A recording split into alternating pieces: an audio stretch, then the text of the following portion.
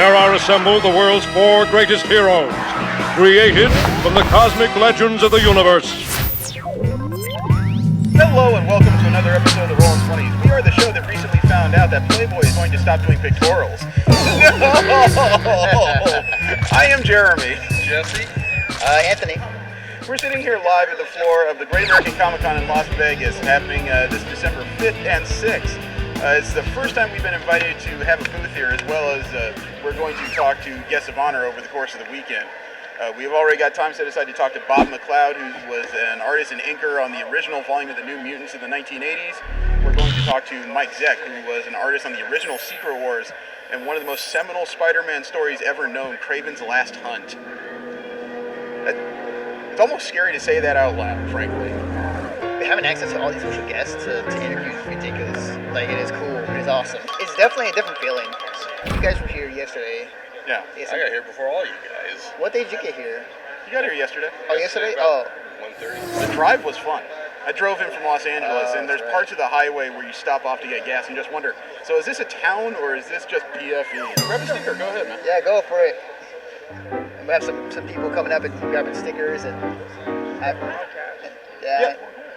So we're yeah. interviewing some of the guests of honor over the course of the weekend. Fair enough. Thank you. You are a man of many talents. Talents? No, I'm a man of limited shame. And luck. Okay. Good point. I think the first thing that comes to mind is like, we have fans. There's a couple. Yeah. There's some. 9 hours is an hour, so Yeah. someone's listening to us. Somebody's out there is enjoying what we're putting out there somehow. Yeah, but we're going to have our first guest soon, so we'll come back in a few minutes and we will have the first of our guests for everyone to enjoy.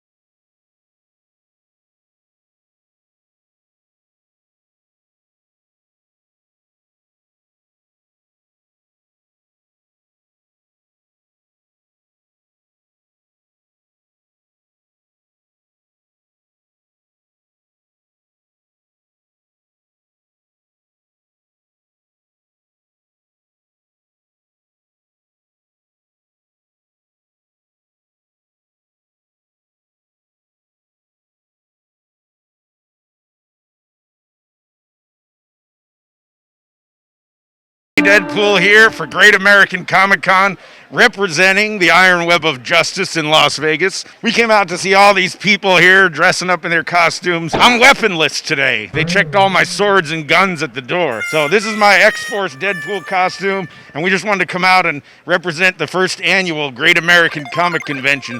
So all you guys out there that aren't here, make sure you're here if they're doing it next year, because this is pretty awesome. As Comic-Cons go, I'm liking it. Go to San Diego Comic-Con, check them all out. You get to come out like me and represent. It's lots of fun, and you should be here, or you're there, or whatever. Yeah, Star Wars, and I would love to work on like a Dark Lords of the Sith comic book or something like that. I love how vicious you are, man. Your internet rage makes me fearful. If you only knew. It's about passion, not rage. There you go. My favorite character is Nightwing, so I definitely want to work on Nightwing at some point. But like any of the disco color Nightwing is my favorite. But like, you know, the big ones like X-Men, even like the Fantastic Four, Avengers, you know, some runs of that would be awesome to do, like just a big arc. Right. You know, and then jump onto something else that's cool, like the Inhumans or something like that. Just something that mixes it up and challenges me. That's what I'm looking forward to. What about you, Free? What did you put? For me, I think I'd have to go with X-Men, because I actually started reading more comics because of Jim Lee's X-Men. I mean, I think everybody, you know, so can point something new. So I don't know who that is. Who's that? The X-Men, Lady Mechanica, like Spawn, the new Spawn's coming out with John Boy and all that. I forgot about that. I forgot they were working on that again. And actually, I just started reading Black Panther, and I really like the storylines and all of that, and the artwork in that. So I think Black Panther would actually be kind of a cool book to work on. I know you'd want to do a Magneto solo Oh yeah, book. Magneto. That's his thing. Yeah, Magneto hands. Magneto hands. But even then, like they just put out a couple of Magneto titles that I really didn't follow, and I think it's because what they're doing with the character. I think if I was to draw it, I would actually have to put in some creativity into it. He'd be the plotter as Disconnected well. then that they tried to anti-hero him? Yeah, I mean, for me, it's like in one storyline, he literally stopped the world from spinning. Tidal waves killed almost everybody. Like that's the kind of power I want him to have. You know what I mean? And so I would have to be like, okay, yeah, he's not just Scott Summers' little boy. You know what I mean? I can sense another word you nearly used there. Yeah, starts with a B, ends with but I would have to make him a stronger character. Right. Yeah.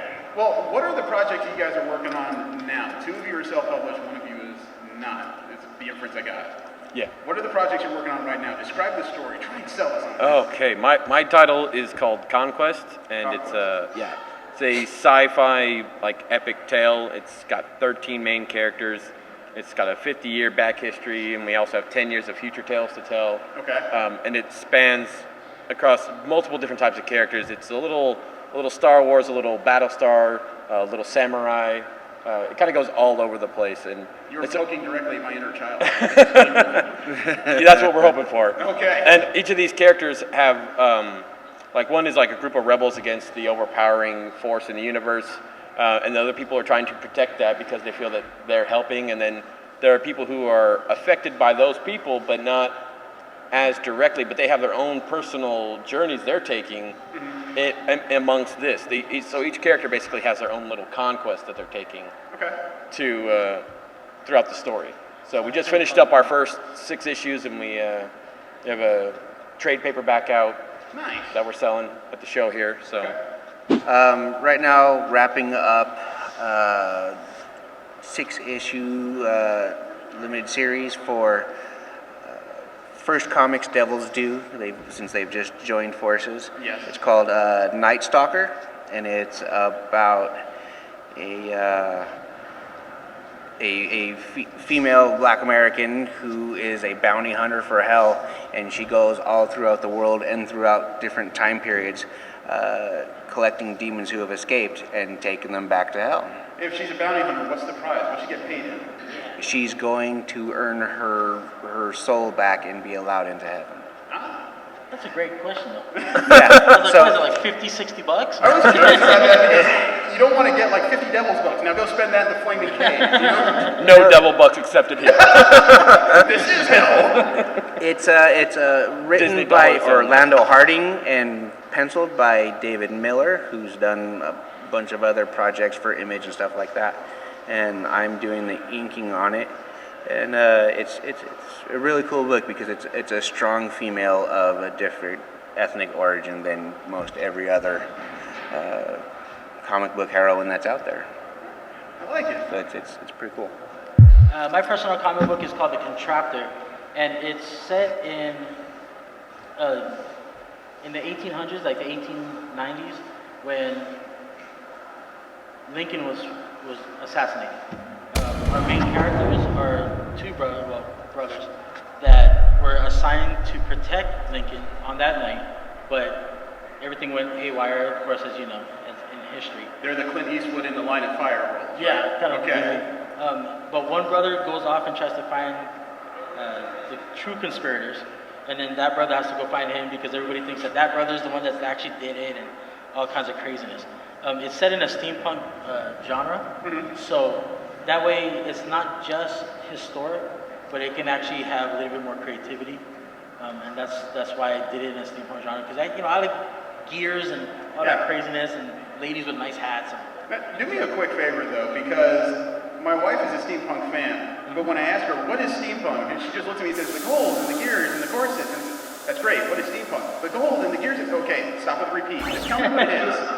Well, steampunk is actually grown so much as a culture that there's no real definition anymore, where before it was just gears and all this and that. Steampunk is actually a fantasy genre that has to do with like the 1800s of the steam, like the locomotives, and using that. There's also things like electropunk, which is like a Tesla punk, where they use electricity, all of Is that. that a derivative or is that a whole different genre? That's a whole different genre, but it's kind of on the same. There's the fusion. Same Yeah. fantasy.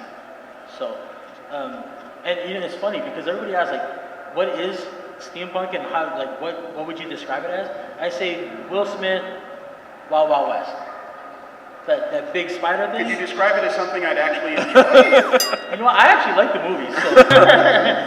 Because You know, it's- describing steampunk sometimes it seems like it needs a giant flow chart behind you to explain the different aspects of it. But it's You're like, still not there. you try to describe the X-Men, you also need a giant flowchart. I mean, a giant flow chart just for the Summers family. I If know. you wanted it in broad strokes, though, it would be it's steam engine technology technology. that never really with- existed.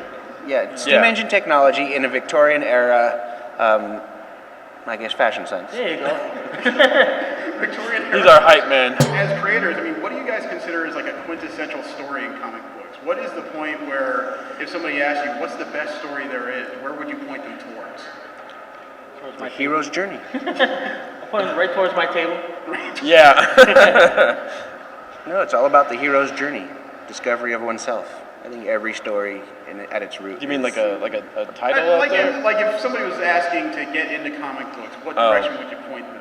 I'll go with the get into easy comic one. books? Yeah, Yeah, it's like like The Dark Knight Returns would be a perfect example of like comics that transcended what comics were and even what they are, to this day. That would be a good go-to point. Yeah, I guess that's the book that changed it from kids' books to real stories for real people to really think about. Yeah. Yeah. Your mark of the Dark Dark Knight Knight. Rises is that point where comic books weren't just for the bubblegum set anymore. Yeah. Yeah. It erased everything that happened in like outer space Batman, multicolored suits. It and- made everything Batman, possible. Superman, Mars. Yeah, Superman and Lois had their own title together. Or it's just Lois's title. Yeah. I still love the covers where it's Superman getting a smoking jacket from Jimmy Olsen. He's burning it with his heat vision. Yeah. Or Superman just throwing Jimmy in jail. You're arrested for murder, Jimmy. Have you guys actually seen how much of a jerk Dad Superman is to Jimmy Olsen? Yeah, it's Go pretty bad. check the covers. Believe me, it's like Cosby with his father. Okay. Honestly, I mean, I know that there's a lot of fans out there, and that, like, people that are so involved in the stories. Personally, I like the fun stuff. I like the Jim Lee's X-Men. I like the, when Image came out with Spawn and all this kind of stuff. It was energy packed. It was fun to read. It didn't make me cry. You know what I mean? Like you didn't have to kill Batgirl. You know what I mean? Like for me, I just like the fun stuff. It's funny you're saying it didn't make me cry. I just got done with a panel with Tommy Castillo and Terry Moore talking about horror comics, and that's what the whole conversation was. It's like trying to make you cry. But yeah, I mean, I like the fun stuff, like what Scotty, what's his name? Scotty Young? Scotty Young is doing. Like, I mean, it's just fun to me. I gotta be honest, most of the time I'm working and I'm drawing so much that I don't even get time to read any comics anymore. But back in the days, it was all about Image. The early '90s, and I'm not gonna lie, I love it. I still love it. You're one of my people, man. I read X-Men for a few years, but my big break-in was probably Jim Lee and J. Scott Campbell breaking into or creating Image Comics, Gen 13, Wildstorm. Yeah. Stormwatch. Sylvester McFarlane, Larson, all them. Yes. Yeah, I spent a ton of money on those books, and they are now in a nice, neat stack somewhere. Probably worth the same I paid for them. What kind of process do you guys need to go through when you create? Do you have like a comfort zone you sit in, or is it just you sitting in front of a keyboard? Do you have to have like a gallon of Mountain Dew before you can get started? Oh. I'm usually on my third rock star of the day. At 2 in the morning? Yeah. Keep in mind, he's got like 7 kids. You have Six. 7 kids and I- you're drinking rock stars? I have 6. How have you Six. not gone Six. back in Only time? Don't- 6. We don't need to add more. 6 is enough. 6 is good. That you know of. But still, 6 kids and 3 rock stars. You should be able to use the time treadmill. He's a cyborg. He can't do that. It's against the time code. So yeah, between 6 kids, and I'm trying to get 2 to 3 pages out a day, and Oh, look, so man, it's a lot of rock stars. A lot of late yeah, nights. I Late feel nights. For you. I feel for you. I'm half black. My wife is an Irish redhead. I have 3 small kids. Not only do they fight over my toys more than their own, but because my wife is Irish and I'm half black, all my kids are black Irish. So that's a whole different conversation. You have no idea how frustrating it is when our first child was being born, and my wife says, "Can we name the child Xavier?" No. Why not? They will not stop asking me questions. You can't do that. And then she says, "Okay, well, how about Kelly?" No. Why not? Black Irish child named Kelly? Honey, I will never shut up. My kids are named Thor and Loki, too. Thor, Loki, Azrael, Zophiel, Well, see, you don't Amatiel. have a problem until Thor goes in the garage and grabs a hammer. Then you gotta stop him.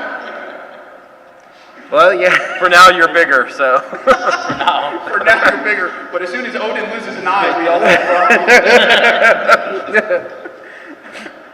What about you two? Is there any like special place you need to be or any conditions you need to create in? I need to have just background noise and just the drawing table set up and, you know. Do you have to have movies playing behind you? I always have to have a movie playing That's behind what I me. mean. You have the TV behind me. I normally put on like Mystery Science Theater 3000. I think all comic book And artists then that's on loop for like 7 movies, and I'll just When I say, I like 10 listened to this o'clock great till 1 movie the o'clock in other the day. morning sometimes. I just understand. That's my zone, yeah. I don't And watch just movies, I listen. Pencil and ink away, yeah. I've already seen them all like 1,000 times. So. I mean, for me, I'll just put Archer in. Archer. It's always on, FX or whatever, and just Archer, boom. You know what I mean? Star Or Wars. Florida State game. Like okay, you I'm don't a need to Florida watch State that fan. And you need a 24-pack of vanilla I literally cream got soda, every right? single one of their games on, so I'll just put it on. That's 3 hours right there. Done. 1 page done. The next one, next game, 3 hours, next page done. And your vanilla sodas, right? Just And the yes, little. and the little New York seltzers. Yes. I love those things, man. What, as creators, I mean, what advice could you give to people who are looking to make their break into comics? I mean, Draw. You can honestly say sit down with a printer and do it yourself, but Yeah, just draw. All the time, anytime you can. I bring a sketchbook with me everywhere. Family get-togethers, lunch, pocket sketchbook and a pen or a pencil. And is that frustrating during Thanksgiving where you're sitting there scrawling while everyone's like well, down turkey? after 36 years of it, they're used to it.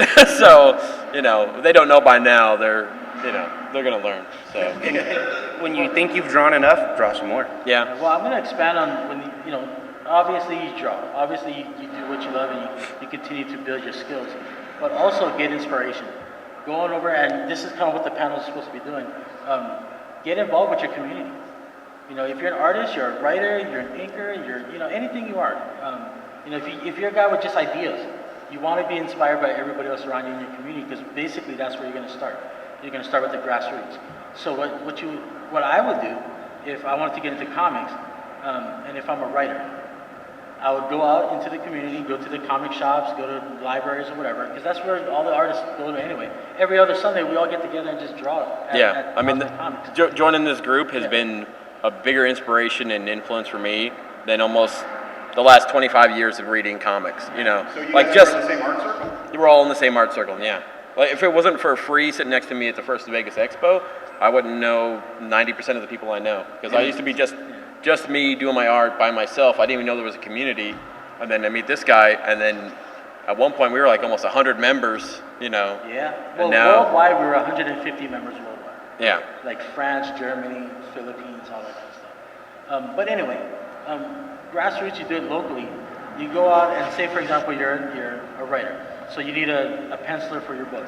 So you get involved with a penciler. The penciler gets involved with an inker. Inker gets involved with a letterist. Letterist goes into printing, and so on and so forth. What we do as a group, we give each other information as a network. So for example, if he has a book that he wants to do, and he already has all this, and this, and all he has to do is publish, we can send him to the publisher that prints out a book for $3 a book. But why? When you can get it for $1.50 a book and make your profit off of that. Everybody knows somebody that knows something. Yeah, everybody knows somebody that knows somebody that can get a cheaper rate, or has a good standing with this one company. So you refer them, and they take 50 cents off every print that you do, something or so forth. So that's what I would do if I was to get involved in comics. Just get involved with your community, basically. Yeah. Get to know everybody in here. Go to Yonkers. The reason why I say Yonkers is because he's going to be going to New York. And by the way, I'm going to get this on record. She's going to say yes and congratulations. So, all right. One thing that's been sticking in my head lately is that we live in what could be best called unsure times. The events in Paris and San Bernardino recently. Do world events shape the direction of any of your stories at all? Gosh, I don't know. A lot of my stories don't take place in real world, so Well, it doesn't have to take place in the same world Yeah. for events to have color in them. Yeah, I mean, we deal with some of those issues in the stories we write anyways, but I mean, just even on a personal level, I mean, it's horrible stuff that happens, and you know, if you can make some type of impact or commentary on it through your work, then I mean, that's really what a lot of it's about. It's all about self-expression, you know, and if you can try to make some type of point or influence people in some type of way that makes sense, or you know, without being too preachy about it, then yeah, I mean, it's all for the best, you know. Do you consider that a form of entertainment, or do you consider that like a form of like civic duty? It could probably be a bit of both. I mean, if you feel the need that you need to go out there and say something, then I mean, if you feel it's your duty to do that, then yeah. And if you have a platform to do that without, you know, being, you know, obstructive or violent or anything like that, then Right. yeah, by all means. I mean, you have a platform and use it. You have an audience that you think would be, you know, interested in hearing what you have to say, then yeah, by all means. You two, do world events color the direction of your stories at all? Do they affect your writing at all? I don't know. I don't write a lot of stuff. I work with a lot of writers who are very into saying what's on their mind. For me, Yeah, if you want to hear about writers talking, ask Billy Tucci about the Second Amendment. right. For me, it's more about providing a form of escape. The worse the world gets, the more I want to put something positive out there. If I can give you a means to escape the horrible world that you may be experiencing for just 20 minutes and enjoy the book that's in your hands, and I had a part to do with that, then that's my motivation. Yeah, I absolutely agree. There's two ways of looking at comics. And ever since the beginning of comics till now, I mean, Captain America punching out Hitler, you know, things like that. That's one way of looking at it, but also there's another way of looking at it where, you know, Casper the Friendly Ghost had nothing to do with Hitler, but it was entertaining. So you can actually, as a writer and as a creator, you can pick and choose of how you want to do it.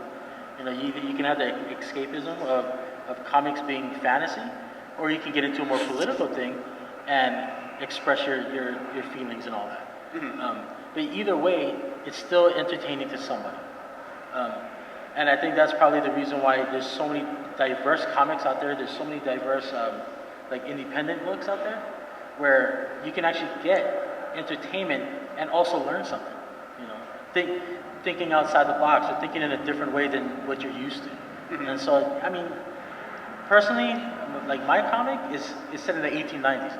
Right. It's a history comic, you know what I mean? Right. So I can't change history in my book, but the next project I do, I might be thinking about doing, you know, maybe this character that I created goes after the people that did the France, you know, the bombing in Paris.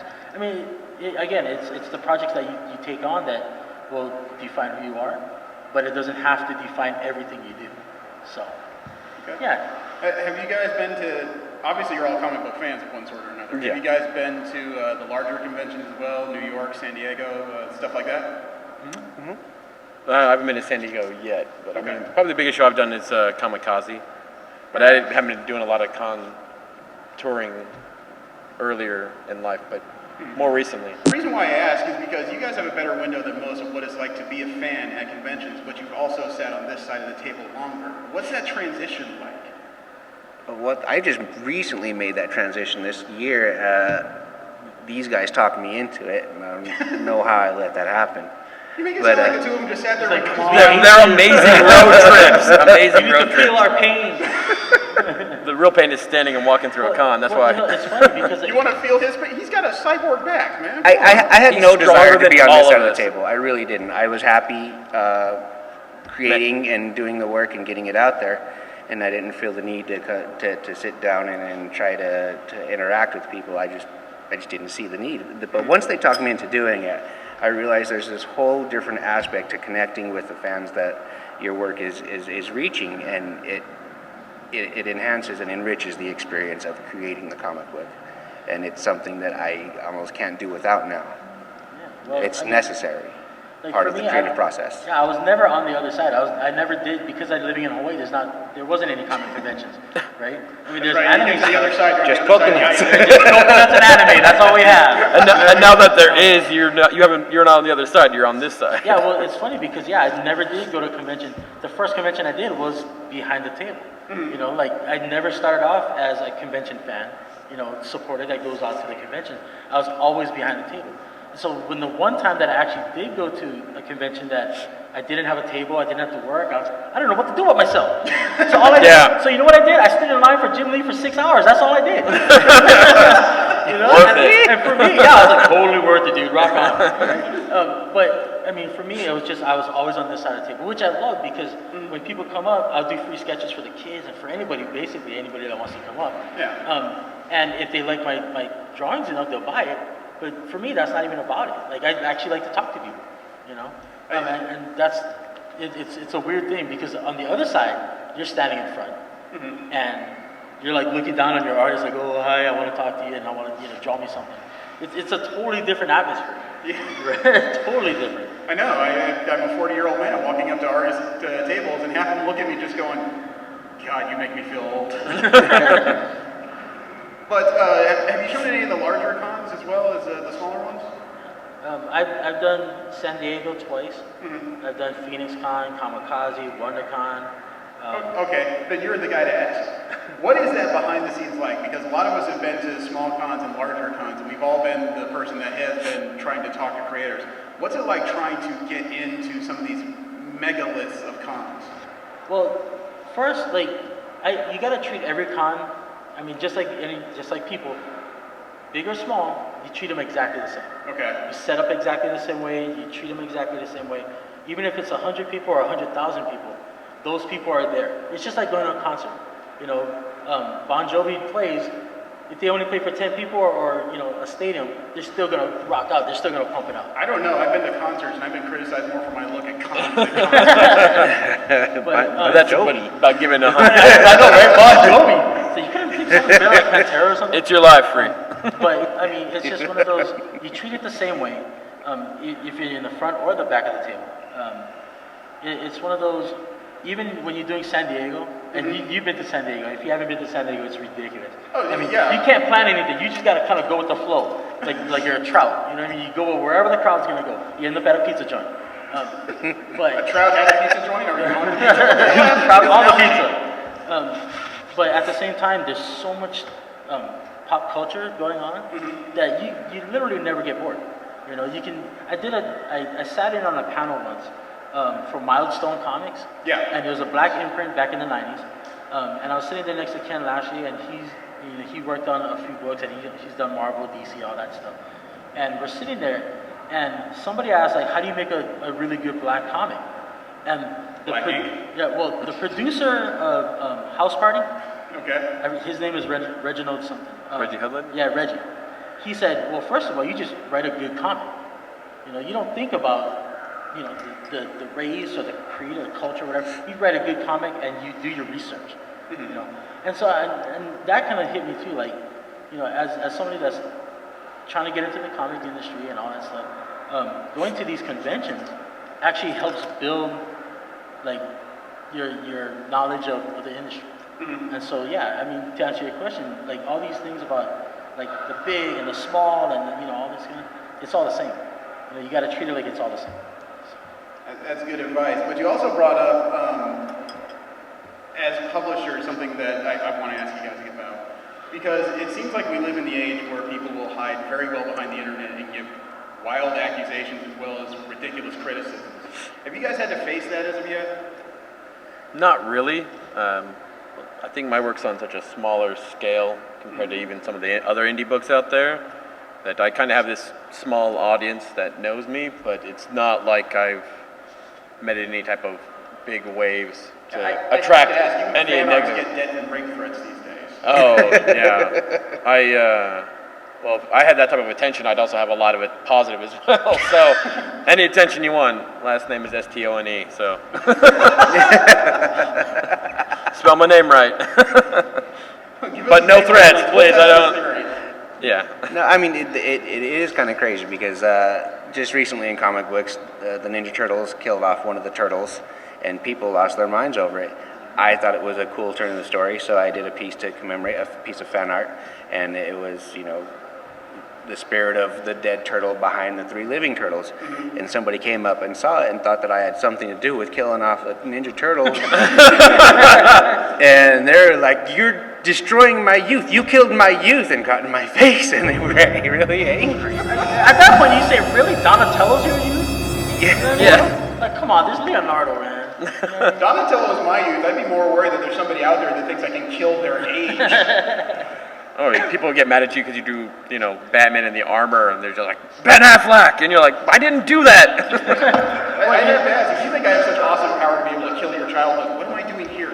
Yeah. It's funny because, like, when I meet people at conventions, I mean, like these 3 gentlemen right here, they brought me food because I interact. And most people like me, you know what I mean? They might not like my artwork. Most, not all. They might not like my artwork. Like, for example, Rob Liefeld. Right? Rob Liefeld. Keep in mind, even though I wouldn't take the artistic creativity that he does, like drawing hands and stuff, That is very you carefully can't worded. deny the fact that he has a 20-some-odd year career, making millions of dollars, created Deadpool. Him and Fabian Nices. David, He always looks to me. I always know. James, what's that? Help me, Mr. Encyclopedia of the Universe. But at that point, I've met Rob a few times, and I've talked to him a few times, and and I actually asked a question like, where, how do you feel about all this internet stuff? He's like, I don't care.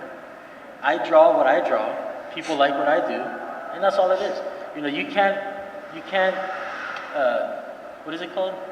You can't satisfy everybody. Can't micromanage. You can't make everybody happy. Yeah, you can't make everybody happy. I mean, it's just like if 51% of the people like your stuff, there's 49 that's not gonna like it. Okay. You know what I mean? So, I mean, he gave me advice like, dude, just draw what you draw. Draw how you draw and how you like to draw. If they don't like it, then they don't have to buy it. But be nice. Because he even told me but be nice, smile. When they ask for pictures, smile. And that's why when he goes to conventions, people line up around the corner just to get his signatures. You know what I mean? And honestly, most of it is because they want to get eBay stuff off of him. But at the same time, he's a nice guy. If you actually meet him, he's actually kind of a cool Half dude. those people in line for him are talking trash on him. No. So I was the biggest supporter. I was like the number 1 fan of I Hate Liefeld until I met the guy. he's nice. And then I'm like, I can't hate him. He's kind of cool. His kids are cool. He's a nice enough guy. I mean, Well, you can like the guy, but not the Guys, art. man, I got a bunch of Liefeld comic books. I have New Mutants 98. Oh, and even nice. I love it, but at the same time, reading Liefeld stuff nowadays, I wonder if I was touched in the head. I still buy Liefeld stuff. I don't care. Honestly, I like it. It was fun. You know, It was dynamic. It's I still look back fun. at everything that way. I look back at the original Transformers cartoon and think I was a stupid child. I did the Masters of the Universe. I'm like, I can't get through 5 minutes of this. I'm sorry. Like 2 minutes in the opening credits. Like, no, I can't. Are there any creators you guys would like to either collaborate with or meet with if you had a chance? Oh man. I know I've opened Pandora's Jeff box. Loeb. I like the Jeff way Loeb would be great. Yeah. Bernie Wrightson. Bernie Wright. Yeah. You see all the gears turning and Yeah. everything. Oh man. I like Bendis. Jim Lee, Scott McDaniel from Nightwing. He's one of my top favorites. Warren Ellis, he would be amazing to work with. Derek Harris. See, Derek Harris is good. He's a cool dude. God, there's so many. Lookups right now. Yeah. Watch him and everything. I collaborate with him, but I'd be the tackling dummy. I've actually had the opportunity to meet a lot of the people I would like to work with, but I have this problem with meeting my heroes. I just can't do it. Do you fanboy up? Do you just kind of shrug? I absolutely do. I freak out. I can't get close. So I've never actually met any of my heroes. Some people have described comic books as a business of relationships. I mean, how do you guys go about cultivating relationships to expand your brands? I'll start. Go ahead. He's probably the most successful at The it. reason why I said I'll start is because right here, these 3 fellows right in the front here, I met them just today. And I mean, within the maybe half an hour that we're talking to each other, I'm drawing them sketches and I'm talking to them and all this kind of stuff, and they're getting prints from me, I'm still talking to them. And like you said, it's communication. the reason why you do conventions is not because it's convenient. You know what I mean? You actually have to go and travel, and you got to do all this stuff. The reason why you do it is because you need to meet people, not just in the industry, but the supporters that will buy your books, buy your prints, buy so on and so forth. Right. Your original artwork and everything. And like these three guys right here, I didn't even know them before today, but I tell you right now, I'm gonna know them for the rest of my life. You know, and it's not because they bought anything; it's because I think they're cool. One guy's Hellboy, the other guy's gonna get married. He's got a Superman. I mean, I know these things because we talk. Right, but buying stuff helps, right? Oh yeah. I mean, that puts gas in the tank. You gotta support. Don't get me wrong, man. If you can make friends and you can still spend money, then that's. But at the same time, it's the connection. Yeah. You know, like I know a lot of people that I've done like commissions for, like, oh, my son's birthday's coming up. I want to have him as Superman, next to Superman, flying in the air and all that. And so I do that commission. But now my artwork and my connection with them solidifies because now it's going to be there forever. It's going to be hanging up in their room or wherever. So, yeah, it is all about connection. And this is how you do it. You go to conventions. Yeah. It's how I get work too. I mean, you go to conventions and you meet people, you talk to them, you talk about how you like what they're doing, you'd like to be a part of it, and then as they connect a face to a name and your work, then they're a little more interested. If you just email it or whatever else, you're just you're another name, another piece of black and white. But once you're a person to them, it makes a difference. So you have to go out, you have to connect, you have to be a person and see the people who you want to work with.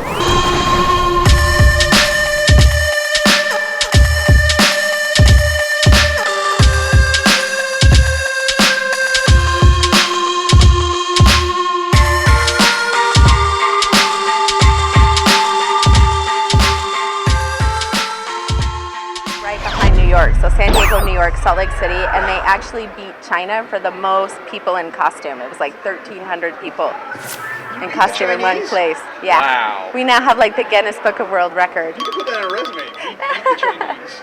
Yeah, so it was pretty cool. It was pretty fun. Awesome. And is there a big culture shock? Because I know that Utah has a reputation as a very conservative state. Well, you would be surprised how many nerds there are. Utah seems to breed the same, nerd pop culture. There maybe isn't quite as much skin showing, per se, in cosplays. But, yeah, the Salt Lake one is probably 4 times the size of the Vegas one. Okay. Not this one, but even our big one. Do you have any major, costume goals upcoming? Well, let's see. I mean, I know you're working designing costumes for other people. Right now I'm designing the Dawn of Justice Wonder Woman for myself to wear, but we just finished, October I did a black and silver Wonder Woman, and we did Half Day of the Dead makeup, and it was so cool. Even Linda Carter, do you know who Linda Carter is? Absolutely. The original Wonder Woman. She put my picture on her, my picture on her actual Facebook page. Nice. Yeah. And then we did, I designed a all pink Wonder Woman for breast cancer awareness. And a lot of the DC artists, like the Finches and stuff, all tweeted it out. So those were the big ones that I just finished. And then, like I said, into the new year, it's that Dawn of Justice Wonder Woman is really taking my time. Excellent. Do you have anything else in the pipeline? No, as far as costumes, just getting the Comicon schedule. Okay. Excited. I have a question. Are you going to WonderCon? I believe so. I have a sponsor, Flex Comics, if you've ever heard of them. They do fitness. Okay, so I am their official cosplayer. They're the guys that do the Bros Do You Lift t-shirts and stuff. Yeah, it's like lifting comic book stuff. Yeah. So I go with them everywhere, and so I'm pretty sure they're going to WonderCon. We're going to San Diego Comic-Con, and I know the Los Angeles Fit Expo because we do all the fitness stuff too. So it's just a question that occurs to me because I'm working right now trying to put together an off-site Avengers photo shoot. Not like a huge group, but just like a couple of photographers, and working with the LA backdrop, like a couple alleyways to make it a little out of the norm. And if you'd be interested, I'd like to have you. Yeah, sure. Give me your information. Absolutely. Perfect. If you're interested, great. Email me. If not, understand. Because it's really weird when 40-year-old people walk up and say, "Hey, you want to follow me out of here for a little bit?" Oh, yeah. Comicon, we had that. Yeah, we had a moment really like that Comicon. Well, you can also find, like I said, my social media is all Viva WW. Okay. Are all of your social media accounts Viva WW? Yeah. Viva WW Cosplay. It used to be Viva Wonder Woman, but I've gotten so big now and started doing stuff with DC Comics. I kind of had to Yeah, I'm sure lose sooner or later the eventually copyright. hit that echelon where DC says, Yeah. okay, we've noticed you. Stop. Yeah. So yeah, Instagram, Twitter, Facebook, it's all Viva WW Cosplay. So cool. Thank you for coming by. Nice meeting you guys too. Thank you. Hello and welcome to day 2 of the Great American Comicon with Mission Star Podcast and the Rolling 20s Weekly Comic Book Podcast. I am Jeremy. Jesse? Anthony. We are out here getting ready for at least one more interview of what we've done already. We, over the course of 24 hours, talked to Bob McLeod, one of the creators of the New Mutants. We talked to Tommy Castillo, one of the masters of horror comics. We talked to Terry Moore, the writer of the critically acclaimed Strangers in Paradise and current writer of Rachel Rising, a new horror comic. We also talked a little bit with Billy Tucci. We are scheduled next to talk to Howard Chaykin. We talked to Tim Bradstreet, one of the artists and cover artists on The Punisher. And so far, it's been relaxed, but it is a very fan-intensive kind of setup here. You have a real serious chance to talk to some of the legendary creators in comics. We'll be back in a few minutes, and we will talk more about the convention itself.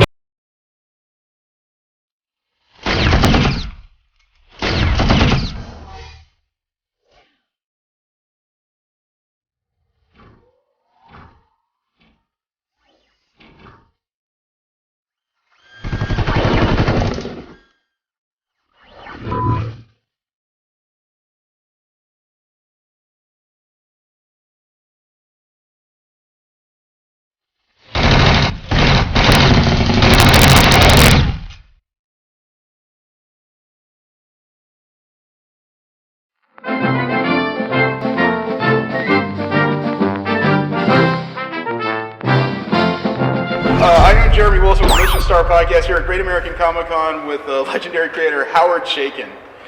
This man has worked on Dominic Fortune and American Flag, among several other things. And you were definitely a person that speaks your mind. And it has not served me well at all. Your career seems to be without a lot of like marquee companies or flagship titles. Do you avoid larger books? I wrote I had to do a biography for a convention I went to some months back. And what started out as a 300-word thing turned into a 3,500-word thing, because it turned into a piece of self-exploration. And what I learned in writing this was that I am the architect of my own adversity. I created the career that I have, because when I got into the comic book business, this is going to be a long answer to a short question. It's okay. When I got into the comic book business, I was the least talented and least naturally skilled of my generation. I had nothing going for me, but in show it rage and hunger. And what ultimately happened was my skill set, what little there was, and there wasn't much, was really inappropriate for anything even vaguely smacking of commercial work. Okay. So I had to find other genres to work in. I was lucky enough that the sword and sorcery genre showed up, and then the science fiction shit showed up. By the time my skill set caught up with what could be commercial professional work, my interest in that professional commercial work had ceased to exist. Bear in mind that, I've been a comic book enthusiast since I was 4. I was given a refrigerator box filled with comic books when I was 4 years old, and it was all genre material, because in those days, when you read comics, you read everything. When you say refrigerator box, you mean like one of those gigantic 8-foot boxes? Yes. And I can still bring the sense memory of the smell of that paper today. There are certain triggers that bring that out. The way if you quit smoking cigarettes, you know that there are things you did when you smoked that when you do them again when you're not smoking, you bring back the resonance of that moment of that cigarette between your fingers. So I wanted to be a superhero comic book artist since I was aware of such a thing.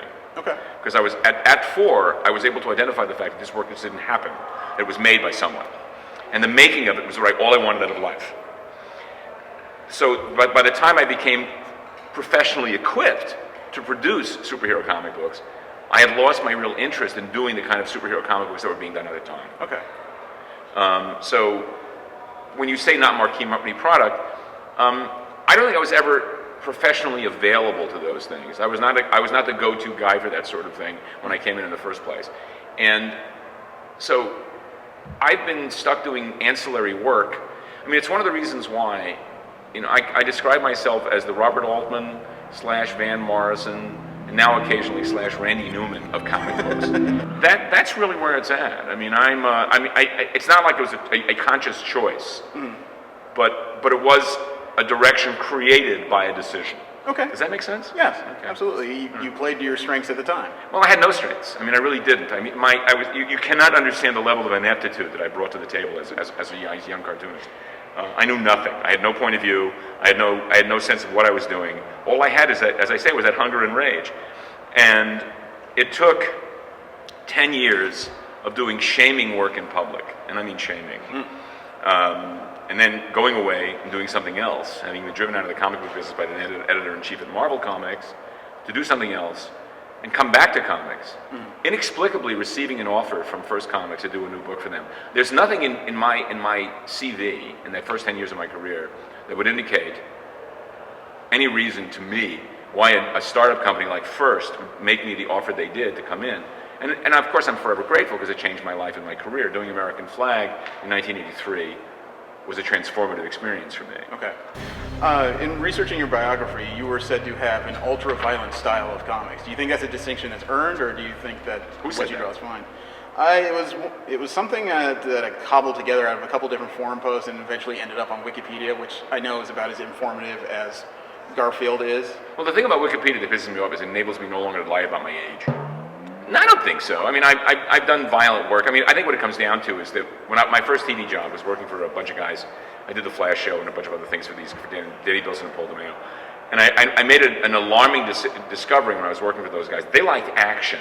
And I liked action and violence with consequences. Okay. And I really like the idea of drawing stuff where people get hurt. And I mean, when I was a kid, Batman always would have these big fights with the Joker or the Penguin or some other shithead and stuff. And he'd have a Band-Aid on his arm. Like, and Robin would help him, because Robin's a really good nurse. And when I did that third issue of American Flag, where Ruben nearly beats John Scheisskopf to death, and Raoul talks him away from it, that was where I was at. I mean, I thought that was important. I'm a physical coward. I've been in fights since I was a little boy, but I kind of like violent films. I don't like horror films, but I share with my wife a passion for John Woo's real movies, the Hong Kong pictures. Oh yeah, I love and I just saw Bone Tomahawk the day before I left for, have you seen it? No, I need to catch up on that. Fuck you up, man. It's great. Looked like it was made for nothing. Yeah. And it's so good. Somebody made the mistake of showing me Hard Boiled and The Killers when I turned 12. The greatest. I mean, those movies just, come on. So a bullet in the head, right. So just, I was the one who at 13, 14 was walking out Schwarzenegger movies, and while the others were horrified and like holding their eyes, I was laughing. I mean, years ago, when Chow Yun-Fat and Jodie Foster did Anne and the King, yes, we're driving home from San Francisco, and we pit stopped in Carmel. There used to be a movie theater in Carmel, and we stopped in the movie, we saw that, and we're sitting in the movie, and my wife, who was this beauty, tiny little blonde woman, turns to me halfway through the movie and says, if this piece of shit if Chow Yun-Fat doesn't start flying across the screen in slow motion with two guns and a bunch of doves, we're out of here. And I loved it. I thought that was fantastic. I really did. I larfed, as they say in England. That's when you know you got a good one. It was all right. No, she's a midget. It's okay.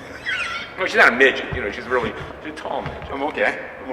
It's okay. My wife's taller than me. Every time somebody Really? Yeah. That must be fun. She's 5'10". Every time somebody asks me, what's it like being married to a tall woman? I just look at them and say, I like to climb. My second wife was taller than I am. Oh. Yeah, but she had interior mouse issues. But please go on. In regards to work on Star Wars, how did you feel about working on the Marvel Comics adaptation of this? Adaptation. It's English is your first language. It's adaptation. You're dropping, at least, get out of the, it's not origin, it's origin. It's adaptation, not adaptation. I'm half black, but I aced English. I'm okay.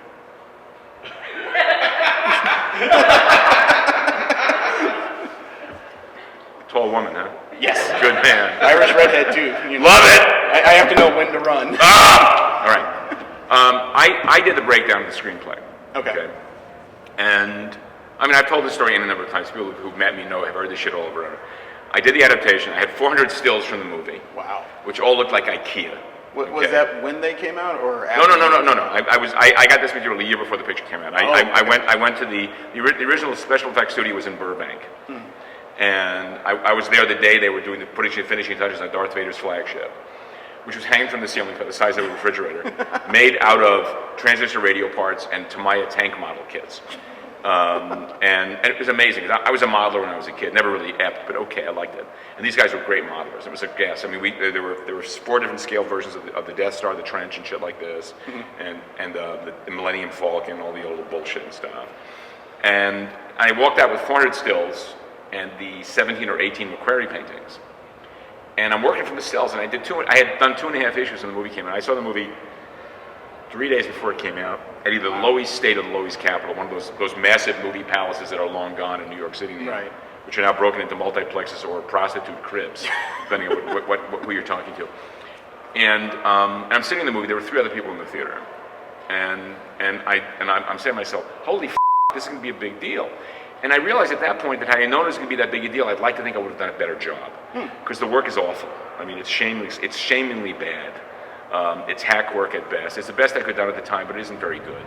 And I also think there's a false assumption that the material lends itself to comic book adaptation. Do you think maybe you were over-directed at that point? No, not at all. No, I mean, one of the reasons that Roy liked working with me, I think, is that I was a pretty self-starting guy, and I had a pretty good understanding of narrative. Okay. You know, I think I'm a better writer than most comic book writers of my generation anyway, so sorry guys, that's it for me. I started writing my own stuff out of self-defense because I realized that, you know, I was dependent less on cliche. And I was able to do a breakdown pretty well. And a lot of writers like working with me back in the 70s because I did most of their work for them. And took no money because I was an idiot.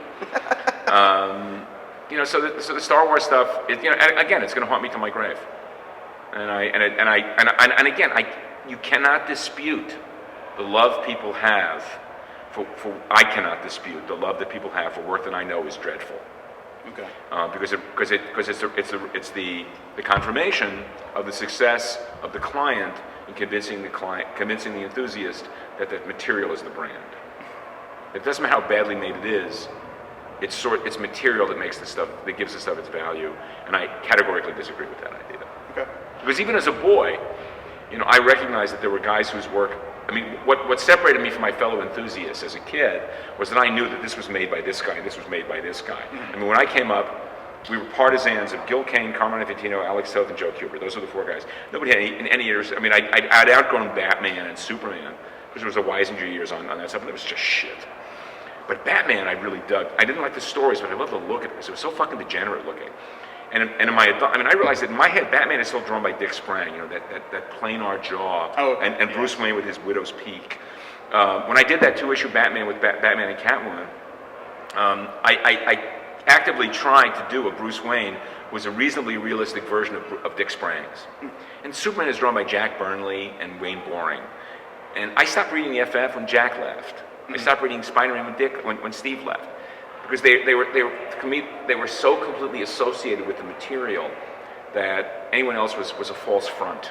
I understand. So that's me. All right. Speaking of Marvel, you actually created one of their independent Man of Fortune characters, Dominic Fortune. Yeah. What was the inspiration for that particular character? Well, I had been doing the same character across the street at Atlas Comics called Scorpion. Okay. And I'd been run out of town out of that company. The company existed primarily to try to suck some weight out of Marvel. And ultimately, all it really did, and successfully, was raise everybody's rates by about 25 to 50%.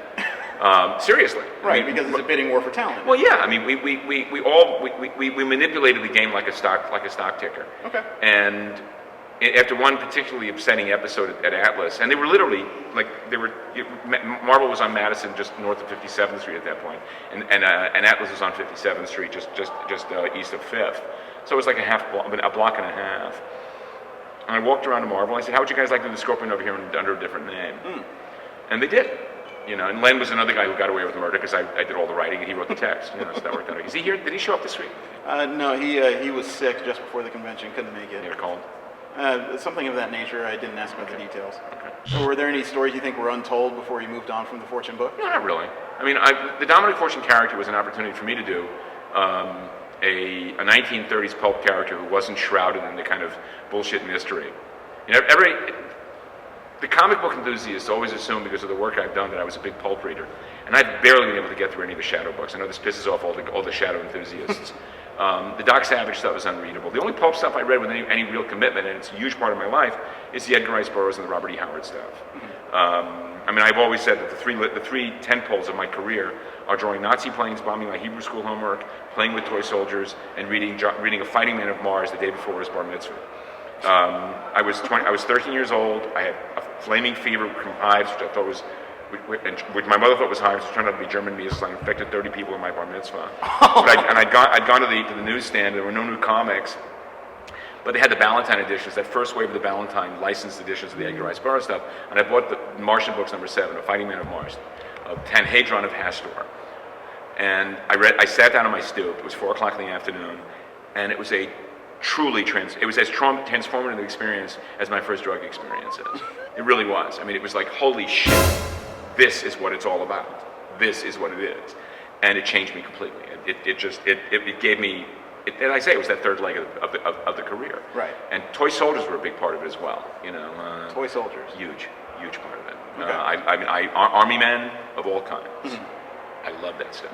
I still get sucked into eBay to look at this shit, and I realize that it's just I'm 65 looking back at myself at 12, wondering what happened to you. You know, that kind of shit. You know, the inner child's trying to poke back out again. I have no inner child. I have a debased adult hiding inside. So.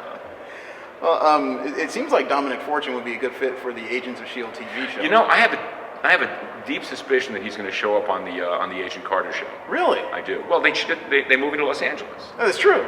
That would be nice. Because one of the things about Marvel that I really respect, and this is not a joke, is that they have figured out a way to do what, you know, that classic Italian butcher idea of using everything the peel makes, including the squeal. Okay. Marvel has found a way to use every single character that's ever passed. I mean, who would have guessed that Groot? I mean, we all agreed that was a great fucking movie. Yes.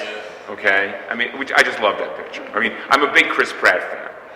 I mean, I'm a Chris Pratt fan from Parks and Rec. Okay. And also from the fact that he's always the best thing in these shitty movies he was doing. You know, that Delivery Man with Vince Vaughn, he was great. And 5-Year Engagement, you know, with him and Alison Brie, he's just great. Did you see him on Billy on the Street? No. If you get it, Google, you got to see his appearance of Billy. You watch Billy on the Street? You watch Parks and Rec? Yes. You know Billy Eichler? Okay. He has a show called Billy on the Street, where he runs around. First, he's huge. He's 6 million. And he's incredibly fit and buff, and he's a hostile gay man attacking people on the street with a microphone. It's fantastic. Okay. It is the greatest. You've got to see this. And he had Chris Pratt on one night. Unbelievable. It was fantastic. I mean, you need to sit down with he needs to do a video series all about critiquing TV and movies. Listening to him rant is incredible.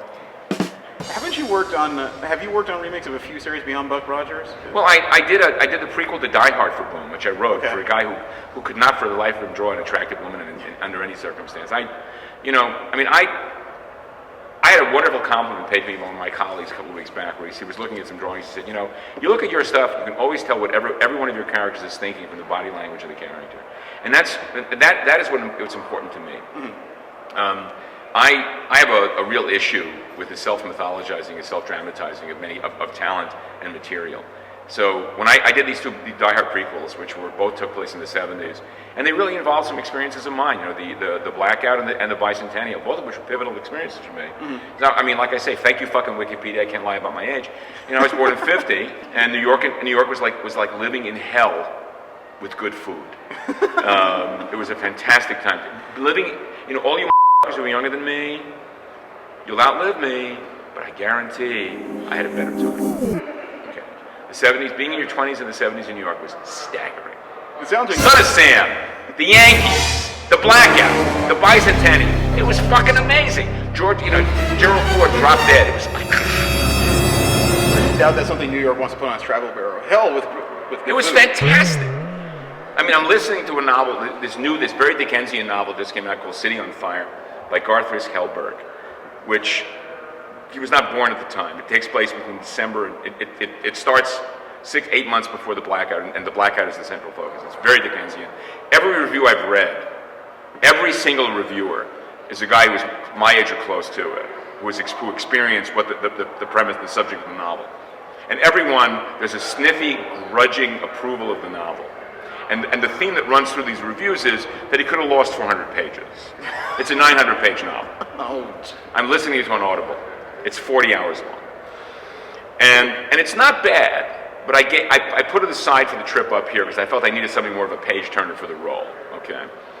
But he's got it. He gets it right. There were things he fucks up. There's some choices of words. I love reading period novels written by people who didn't live in the time and the anachronisms they enact. But the 70s in New York, the greatest. I lived a life that was I dodged a bullet so hard. It was fantastic. You guys, you'll never fucking know. And back to you, young man. I don't know why I'm here. Is it possible you're here to ask these fabulous questions. Is it possible your love of older cinema and sci-fi shows, which is why you get asked to do a lot of these re-adaptations of series like Buck Rogers and movies like Well, that? I'm not a science fiction fan. I mean, I have to say, I was weaned off of science fiction when I got into the comic book business by Archie Goodwin. Okay. You know, Archie said, "Stop reading that crap. Read this crap."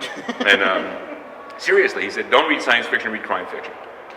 And so that's what happened. I mean, Simonson still reads SF, I think, and fantasy and shit. Makes my head explode. I'm not interested. I read occasional SF, but it always disappoints me. And years ago, some years before he committed suicide, Tom Dish published an essay in the Atlantic about textually was, let us accept the fact that science fiction is children's literature and get on with it. Mm-hmm. And it created an enormous firestorm of shit, and people were screaming and yelling. And I kind of agree, you know, because I mean, you look at Star Wars, and Star Wars is about, nobody ever thinks about fucking in Star Wars. There's such chastity, there's such purity. Except for that moment where Luke kissed his sister. But no tongues. And I object. There seems to be no human motivation in this material.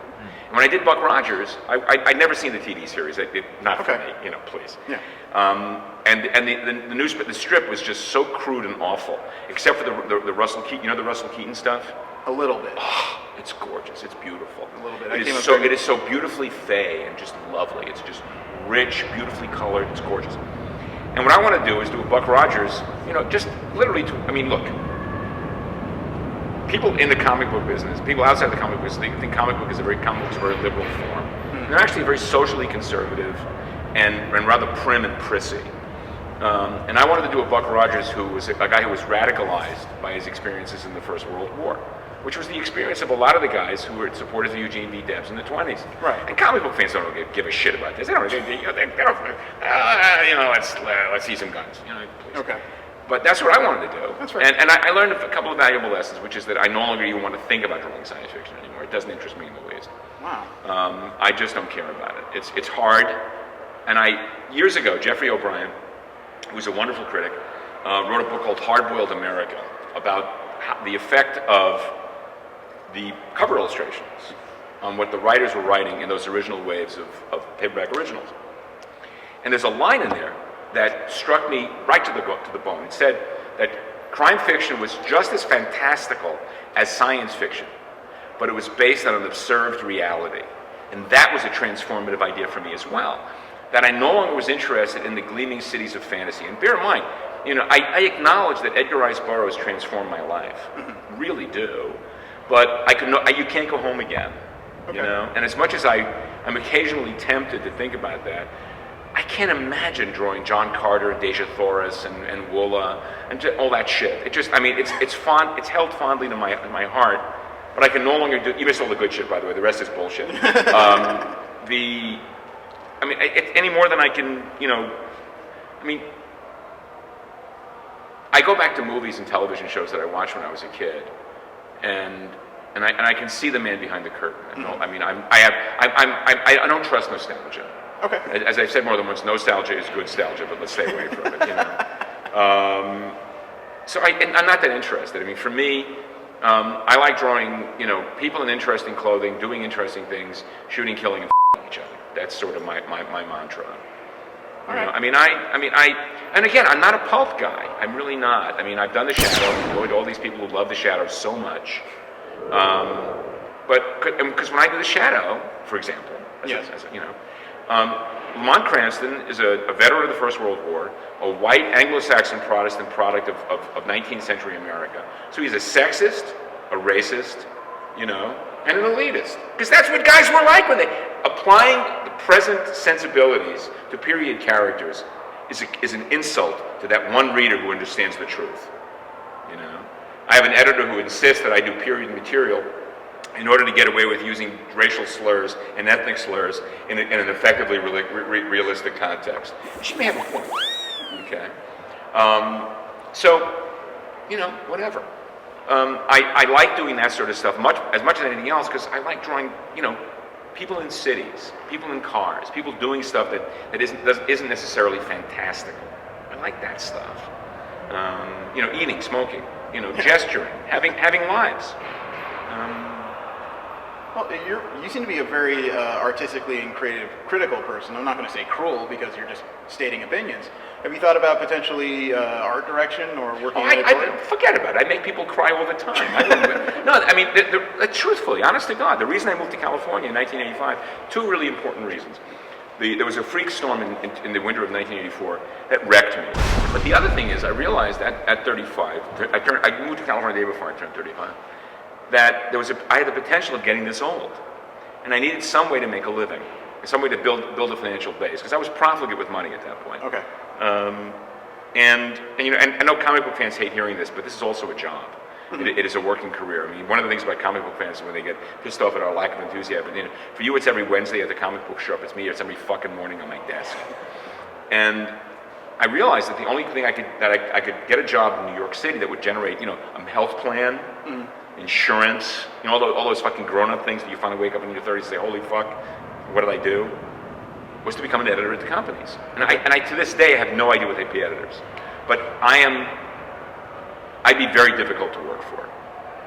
You know, I have standards which I apply to my own work and the work of others, and I expect people to deliver on time. I would never be a successful editor. I would be fired within a year, simply because I am not accommodating. The function of an editor, in my experience, is to edit. And what the editorial function has become is one of coddling, one of bringing along. Okay. I mean, I think one of the reasons that the alpha position in comics these days is held by the writers, which is utterly ridiculous, is because comics in the 90s were so utterly shitty and just direct-based. They had no narrative sensibility. They had no narrative integrity. They were profoundly cynical and just junk. You've got a readership that continues to be less and less narrative literate and literarily literate.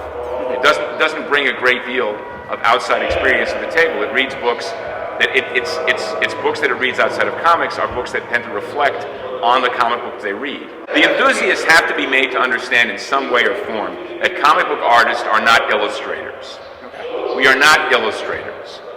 We are graphic designers in the service of narrative. Okay? In its most perfect form, the function of a guy who draws a comic book is to take the template provided to him by a writer and tell the story in a way that is both beautiful, clear, and narratively sound. Does that make sense? Yes. Okay? I teach at Marvel. I teach a seminar, which this is one half of the seminar I teach. The other is how to have a career for 40 years. And that's a lot of that is how to be collegial, not friendly. Okay. Okay. So, as an editor, I would be unbearable to work for. Talent would not want to work for me because people don't like to be told actual truths about their work. When someone asks you, "What do you think?" what there really was, "How much do you like this?" Okay. And I don't. I have an assistant who came to work for me some years back, who had clearly been told how wonderful he was for the very longest time. And I said that you were talent-free. You know, you are bereft of skill. You have nothing here for me. You know, I can teach you how to do this, and I will get better work out of you for me than you do for yourself. That's only because I'm yelling at you. And he didn't understand, and he didn't believe me. And he has no eyes. I'm trying to teach him eyes to see shit. And about 2.5, 3 months into the working experience, I'm sitting with him. He's over here. Another guy's over here. I have 2 people in my shop. Okay. And we're working, and the radio's going. We're listening to music, and my wife is convinced I play to annoy my assistants. It's Count Basie. Good Count Basie. Serious Count Basie. The Old Testament Count Basie. And all of a sudden, we hear his words, "Holy this is really hard." And that was it. That defined it for me. You know, because it is and it's particularly hard for people like me. who are not naturally skilled, not naturally gifted, who have had to learn how to do what we do. And I'm lucky enough that I recognized that and was smart enough. Recently, some months back, a colleague of mine died in Palm Springs. And a guy I hadn't seen in many years, but who had been my shadow back in the 70s between marriages. And I realized that I could have had his life. But the reason I didn't have his life was that I made serious conscious choices that were based on self-awareness, that he believed that he was entitled by osmosis to the career that I had. Okay? The career I have was made and built by me. I'm very lucky. I'm deeply blessed. I take nothing for granted. But I am responsible for the good and the bad of my life. I blame no one.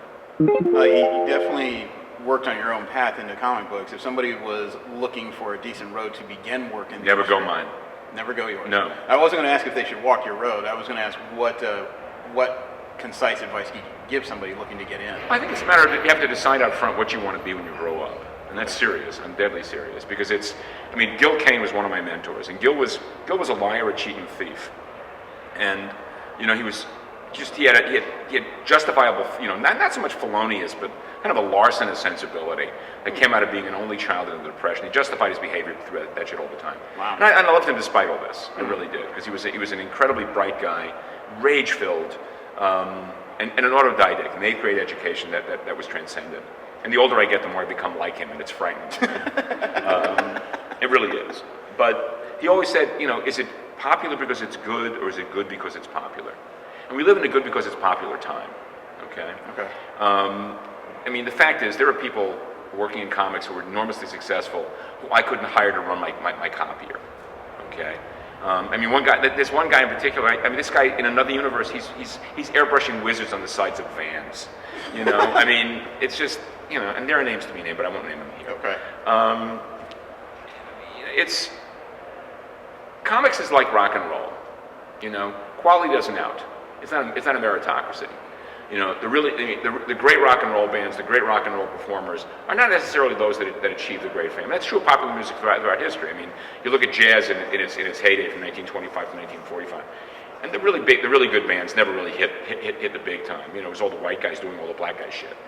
And comics are like that as well, because comics is a universe. It's a two-way enthusiasm. Until very recently, it was impossible for me to imagine anybody doing comics for whom it had not been a calling from word one. All right. There were not guys in the comic business who came to comics as a second or third choice of a career, which I find fascinating. But most enthusiasts are guys who would do comics if they had the skill, or the intent, or the hunger to do it. And the fact is, garage bands and grunge bands, which are not very good, achieve enormous success because they reflect the audience's sensibilities. And comics is a marketplace in which reflecting the sensibility of the audience is frequently a real good road to success. This is how I would think. And this isn't even really pandering. It's a shared enthusiasm. Okay? And I don't share a lot of the enthusiasms of my audience. I don't read Harry Potter. I don't give a shit about that stuff. I have strongly held political convictions. I have strongly held social convictions, and my interest. I long ago gave up on the idea that the audience had to give a shit about what I was talking about. I accept the existence of a smaller readership in the name of being a cult figure. All I miss is the money. Because I'm a whore. Look, I worked in television specifically so that I could afford to have this lifestyle. I spent 15 years working as a television producer, working on shows I'd never watch, but doing the best work I could for these venues so that I could have a health plan, and a pension, medical coverage, real estate, real life. This is not a path I would recommend to anyone. But I do recommend the idea that you take a hard look at what you want to be when you grow up. That's what I would suggest, and it's a tough question because if you're going to pander to an audience, I'm frequently called a cynic, and then it's a demonstration of the complete misunderstanding of what cynicism is. I'm a skeptic. I'm a romantic realist and a skeptic. If I were cynical, I'd be able to conceal my contempt for your tastes much more effectively. Okay. I'm just not that. I'm not that good at it. I wear my shit on my sleeve. You know, I always expect better of people, and I'm always disappointed. You know. Fair enough. When I was going through your history, one of the major names I came across was American Flag. Yes. I couldn't find a whole lot of compendiums for me to flip through before I was going to talk to you. Could you describe it to me, please? Yes. Flag was a book that I was asked to produce for First Comics. It's a post-Holocaust negative utopia as burlesque comedy, and it's deeply inspired by Terry and the Pirates and by Maverick and Gunsmoke. Those are the three source materials, and I wanted to do a book that reflected my interest in fashion, lingerie, and how much I hated the Reagan administration. and it was the first book in which I actually worked really hard to create a point of view and a visual reference system. And to a profound extent, many of the tropes and visual techniques that were created in American Flag have been absorbed into the vocabulary of the American comic book today with no real attribution. I hate to tell you how many times I've done interviews with young mooks who assume that I borrowed these various tropes and narrative techniques from people who borrowed them from me, because Flag was done for a smaller venue. Mm-hmm. Am I bitter? Sure, but I'm also still vertical, you know? Okay. So. Fair enough. Are there any characters out there that you wish you could have had a stint of writing or handling? No. I didn't think I don't care. Again, the characters are blank slates. I mean, you have to realize that it's not the character. Look, when I was a little boy, I loved Superman, and then I loved Batman. You know, when I became a Marvel fan, I mean, I remember seeing the Stan and Jack stuff, and it was like, oh God, it's like Jesus, only with money and food. You know, it was the greatest. I mean, I love this stuff so much. From a fanboy's perspective, right? Solely from a fanboy's perspective. In 2005, I was in New York City. I was visiting. My wife and I my kids just moved back to Los Angeles. This is the first year in 30 years I have not been to New York. It's really strange. I'm usually in New York 2 or 3 or 4 times a year. We're flying home just before Christmas, and I had a copy of a novel by a guy named Tom DeHaven. Tom DeHaven? Great. I do not know him. DeHaven wrote a trilogy of novels about the newspaper comic strip business called The Funny Pages, Derby Dugan's Depression Days, and Dugan Underground. The first one is really good. The second two, not so much. He wrote a novel called It's Superman in 2005, one of the last books published by Warner Books before they went belly up. If you can imagine, if John Dos Passos and John Steinbeck were hired by national periodical publications in 1939 to write a novel taking the Superman mythos and giving it a literary base, that's what this is. And I'm sitting on the plane. I'm with my beautiful wife. And about an hour into the flight, I start weeping. I'm a big crier, so I cry at everything. I mean, my wife, generally speaking, sits on this side of me in a theater, and frequently her move is, without even looking at me, is this, handing me a tissue. It's better not. I mean, last week, for example, I saw Spotlight, Trumbo, Brooklyn, and Bone Tomahawk over a weekend, 2 double features. And I'm weeping like a motherfucker through Brooklyn. It's like, and this book is so wonderful, and it shocks me, stuns me. Bear in mind, I was not surprised that none of you had any idea of this existence. I called Tom. I didn't know the guy. Okay. I got a hold of his email address and his phone number from Mike Carlin, who was the lead editor at E-Superman back then. And I called him up and said, listen, I love this book so much that should the time ever come that it's going to be adapted into any kind of comic book form, I would kill to be the man to do this book. Okay? It is just fabulous. Nobody bought the book. The book sank like a stone. And typically the hardcover copy had a Chris Ware cover because, it's comics, right? It's Chris Ware, of course. And the paperback edition had a still from the Fleischer books, which is much more appropriate. He's also written another book about Superman called Our Hero, Why Superman Matters. It was a series of critical essays about the effect of Superman on our culture. Less interesting, but worth reading. The 3 books that all comic book fans should read. The Amazing Adventures of Cavalier and Clay by Michael Chabon. Men of Tomorrow by Jerry Jones, which is the nonfiction version of Cavalier and Clay, which tells about the organized crime origins of American comic books. There's nothing like reading a book written by an Irish guy who uses so much Yiddish. It's a pisser. and it's Superman by Tom DeHaven. Trust me, you will thank me on all counts. And that's about it. I mean, and that would be fanboy shit going back to my boyhood. Right.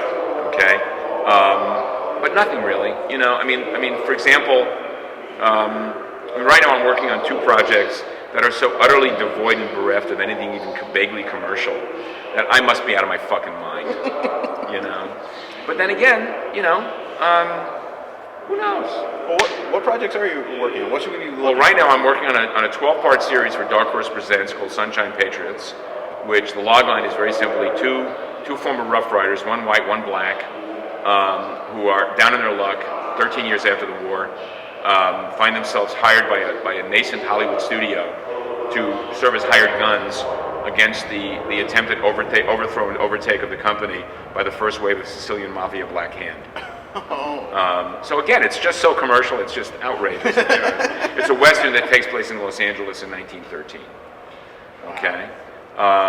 With airplanes, guns, cars, and heroes that are in my case, a tribute to Fritz Leiber in a weird sort of way. When I reread the Leiber stuff that I wrote, the adaptations of for Mike Mignola, I was stunned to find out how much of an influence Leiber had been on me as a writer. I wasn't even aware of it at the time. And the relationship and the Faber and Grey Mouser characters of this are people who don't know the material may not know it. People who hear this and say, "Oh fuck yeah!" You know, it's that. One is a union organizer based on Big Bill Haywood, and the other one is a vaudeville performer based on Eubie Blake. And I'm having a good time. The first two issues are colored, the first two chapters rather. The third chapter will be delivered Thursday or Friday. Okay. And at the same time, like an idiot, I'm doing a 5-issue miniseries for Image called Midnight of the Soul, which is something that's been in my book for 20 years, about a spiritually, physically, and emotionally damaged World War II veteran who's never left his home in 5 years after the war in 1950, who in the course of 12 hours has an extended moment of clarity and discovers that everything he's believed about his life up to this point has been a lie.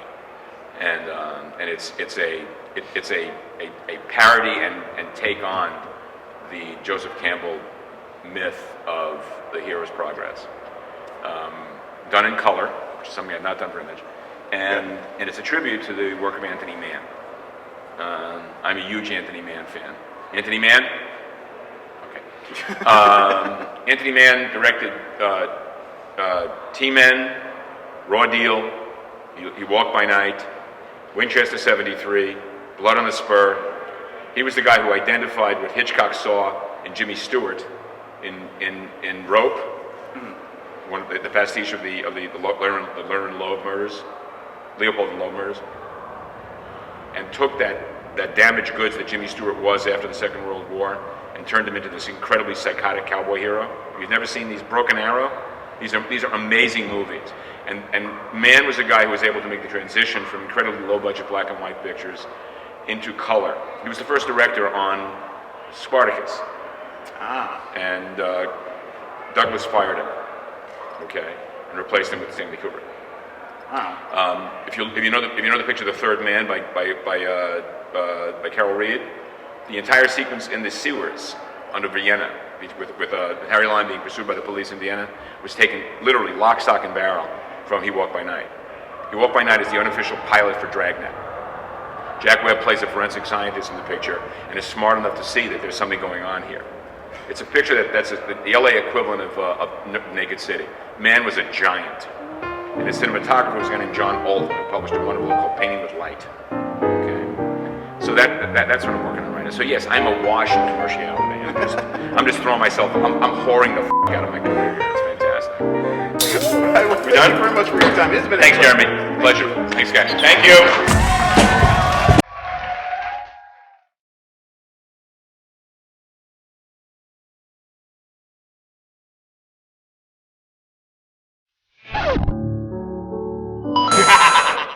We're back at Great American Comic-Con with one more impromptu interview, and this is Christian. What are you promoting at the convention? Well, I have a graphic novel. I've been a graphic novelist since I was 18. That's 20 years ago. Mm-hmm. Wow. And I first published my first graphic novel, still on the same character, Big Boss. Wow. Way back in high school, back in Canada. I have a collection of a 5-issue miniseries, A Big Boss Gun for Hire, and it's collected into one full story. And we've also shot a live-action film. Really? Short film, yeah. And that's coming out in the new year. We're just doing the color grading now, and Nice. we just finished that actually. We moved here 2 years ago. I'm from Canada. I met my wife in New York. I was networking there through fine art galleries, mostly in Chelsea and Soho, because I do a lot of fine art as well.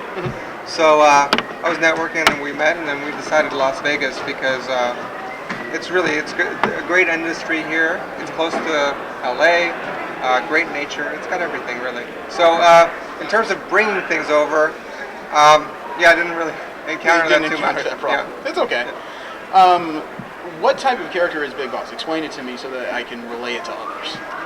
Well, Big Boss is a slightly aging, famous, infamous assassin. Okay. And he's very reclusive. In the graphic novel, the premise is that a sexy vixen and her partner come out of the woodwork. They're up and coming, and they're out to get him. And she's got kind of a secret past that Big Boss will soon find out. And she and her partner get between his jobs, and they're trying to draw him out. Okay. So they can assassinate him for this reason that is going to be revealed in the final climactic showdown. When I create for myself, they're very organic, and a lot of my characters come from kind of my adolescence. A lot of those characters kind of resurface and reinvent themselves as I develop. So, I create based on inspiration. If people are looking for your work, where can they find it?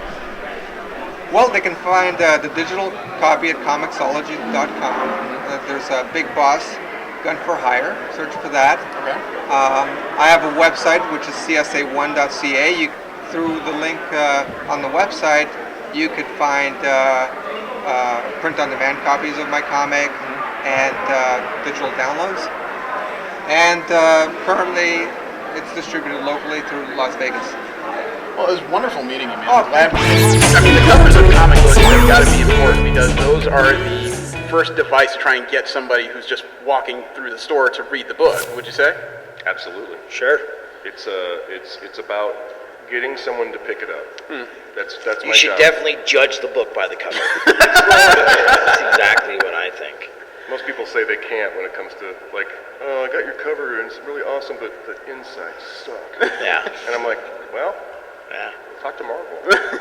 That's where you're just like, yeah, I didn't draw the inside out. I mean, that's my favorite that's response. Your job outline, right? Yeah. It's get someone to pick it up. If someone picks Yeah, up a comic, that's my there's job. a 37% chance they'll buy it, or 40. And if they don't, obviously, there's no chance they'll buy it. But there's actually a pretty statistically, there's a very good chance they'll buy it if they pick it up. When the Hildebrands painted the Star Wars cover, they had no idea who was going to be in the cast. So if you look at the first poster, Luke doesn't look like Luke. Right. Leia doesn't look like Leia. They just faked it. And that's okay because no one else did either. You know what I mean? Yeah. So they were in a unique position to, and I think back then too, that happened a lot more often than not, especially with foreign posters, because the States couldn't get them all these materials, so they sometimes had to okay, I know what Clint Eastwood looks like, but the rest of these guys I'm just going to imagine. Pretty much we're the Marines of the Marines? Yeah, we go in first one's in, last one standing, that's us. I made a big mistake once and painted an entire comic in oils in a week. That sounds with like no dryer. That sounds like a carpal tunnel inducer. I actually got poisoned. I got cobalt poisoning. I got lead poisoning. From the paint? From the paint. Wow. Yeah. No, I had a... Stop eating it, Tommy. All right. I was just channeling Van Gogh and... Do you really just had your brushes in your mouth and Well, yeah, the problem was I was painting and I was going so fast I kept doing this. And I got... Because you set that brush down, so you got to keep it out of the way. I totally understand. It sounds like the beginning of a different superhero story. Right? But the story got really weird by the end when I was kind of tripping out a little bit. What did you see? You don't want to know. No, but actually I had a big job coming at the end of the week. I had a big job coming at the end of the week, and they paid me up front for the entire book. But then the deadline said if I didn't make the deadline, I'd pay it back. There was no way that was happening because I spent all the money. I would tend to do that. Now, you've worked on different media projects, books, TV posters, comic books, multimedia. When you're trying to come up with a cover image or a presentable image, does the process change at all, or is it primarily the same thing, just in a different scale? Yeah, I don't approach anything differently necessarily. It depends on what the character dictates what it's going to be. You know, the tone of the book, the tone of the project. You'll get, anything from hey, we need something tomorrow. It's this character from this thing, and you just go online and you research what that character looks like if you don't already know, and you do what you can. You do what you do, and then other times you have a very specific list of things they want included in this. And generally for me, that's like when you're working with a movie studio or you're working with a video game company, you're working with a seven-headed approval, but you also are working with all these notes that may or may not be, the right thing for your piece. Right. So, it can go from being, well, I have to please these guys because they're paying me a lot of money to, you know what, you're shooting yourself in the foot. You need to trust me here. And That's a big thing, is getting their trust. Yeah. When you're dealing with, like, if I do a movie poster, you're not dealing with a editor, you're dealing with a committee. And of people who don't know anything about artwork or marketing other than the money part of it. Yeah. So if one guy goes, you know what, I don't think it works, with him pointing the gun right at the audience, that's a little sensitive, like we wouldn't want children to see that, so then they make you take that gun out and you got to put it over here or something like that, or you have to repaint out a face because the likeness, they don't like the lighting on it, or it's any number of things, but usually it's the most mundane, stupid things that will completely ruin your piece. If you have to change it, it'll jeopardize the entire thing, and that's when I put my foot down and I'm like, hey, you know what? This will work really well for you. If you want me to do this, it's shit, and I won't put my name on it. So, have you ever had any projects where things just haven't gone right and you've had to say no more of this? Anything of that nature? I think everybody's. Oh yeah, hell yeah. Do you have an example? Yeah. I was doing paintings with Wizard of the Coast, doing like Magic the Gathering and all this stuff. Right. And they wanted me to draw this guy sitting at a bar, and it was a bugbear. Okay. And I had no idea what a bugbear was, so I had to look up what the hell a bugbear was. Look at the monster manual. I had to look at the monster manual, and the funniest part about that is, I drew the fucking bugbear in the monster manual.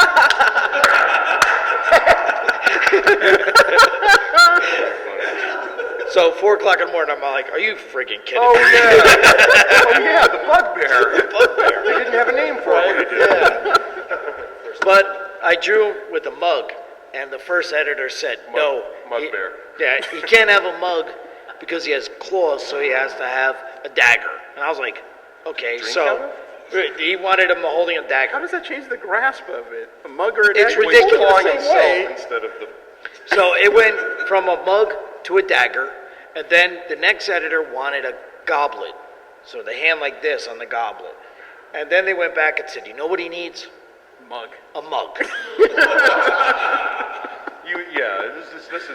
This is regular. Yeah. Yeah. Well, there's a Drew Struzan did the Back to the Future, and they made him paint Michael J. Fox's face 7 times. They changed it. So you got really familiar with it by then. Yeah, right.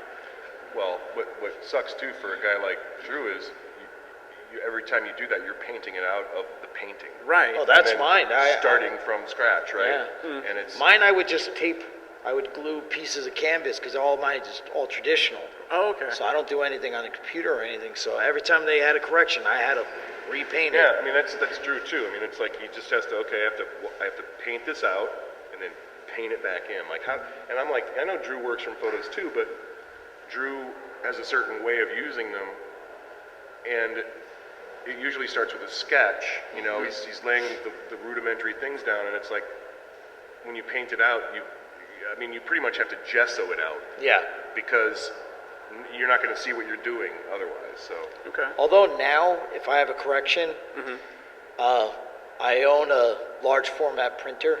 I lost a room in my house to my format printer, and I'll white it out print it out and paint on the section that was whited out. Right. Okay. Yeah, I'll do that too. I'll save a piece from destruction. Right. By doing the repairs on another one, like making a facsimile or scanning it, pulling it into Photoshop, and digitally fixing it there, doing another face over here, and then scanning it in, and then adding it. Do you get rid of those images when you're making the changes, or do you keep the stages of it? I always keep stuff. I keep everything. Okay. I sell it all. Oh, all right, it makes sense. What's he going to do with it? I don't know. Wallpaper? I don't know. I mean, it's like you can't take it with you. Right. I got a bunch of Tim Bradstreet posters on my wall, anyways. Sex and violence.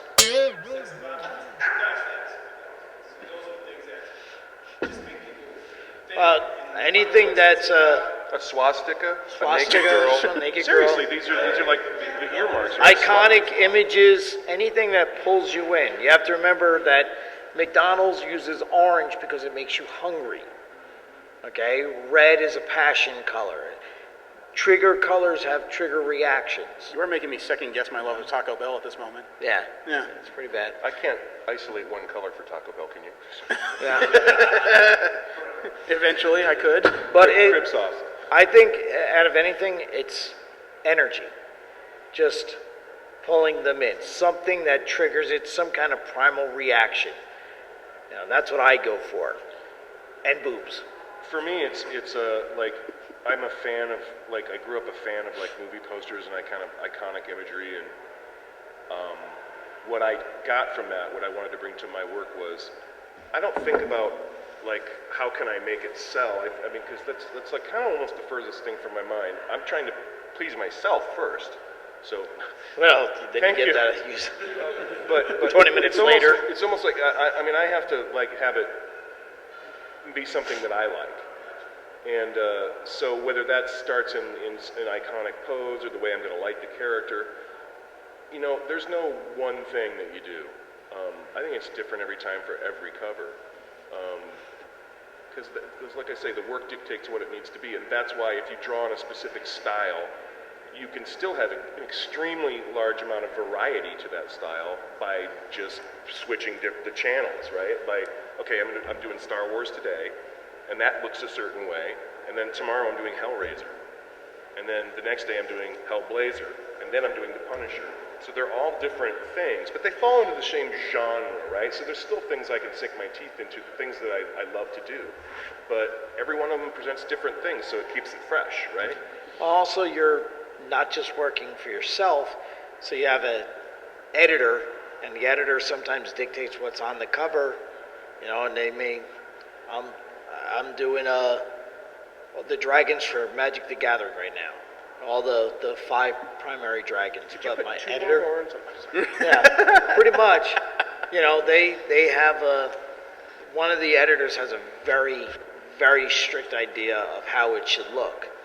So when I added things to it, they came in and they were like, this isn't how it was when I was a teenager, so I don't like it now.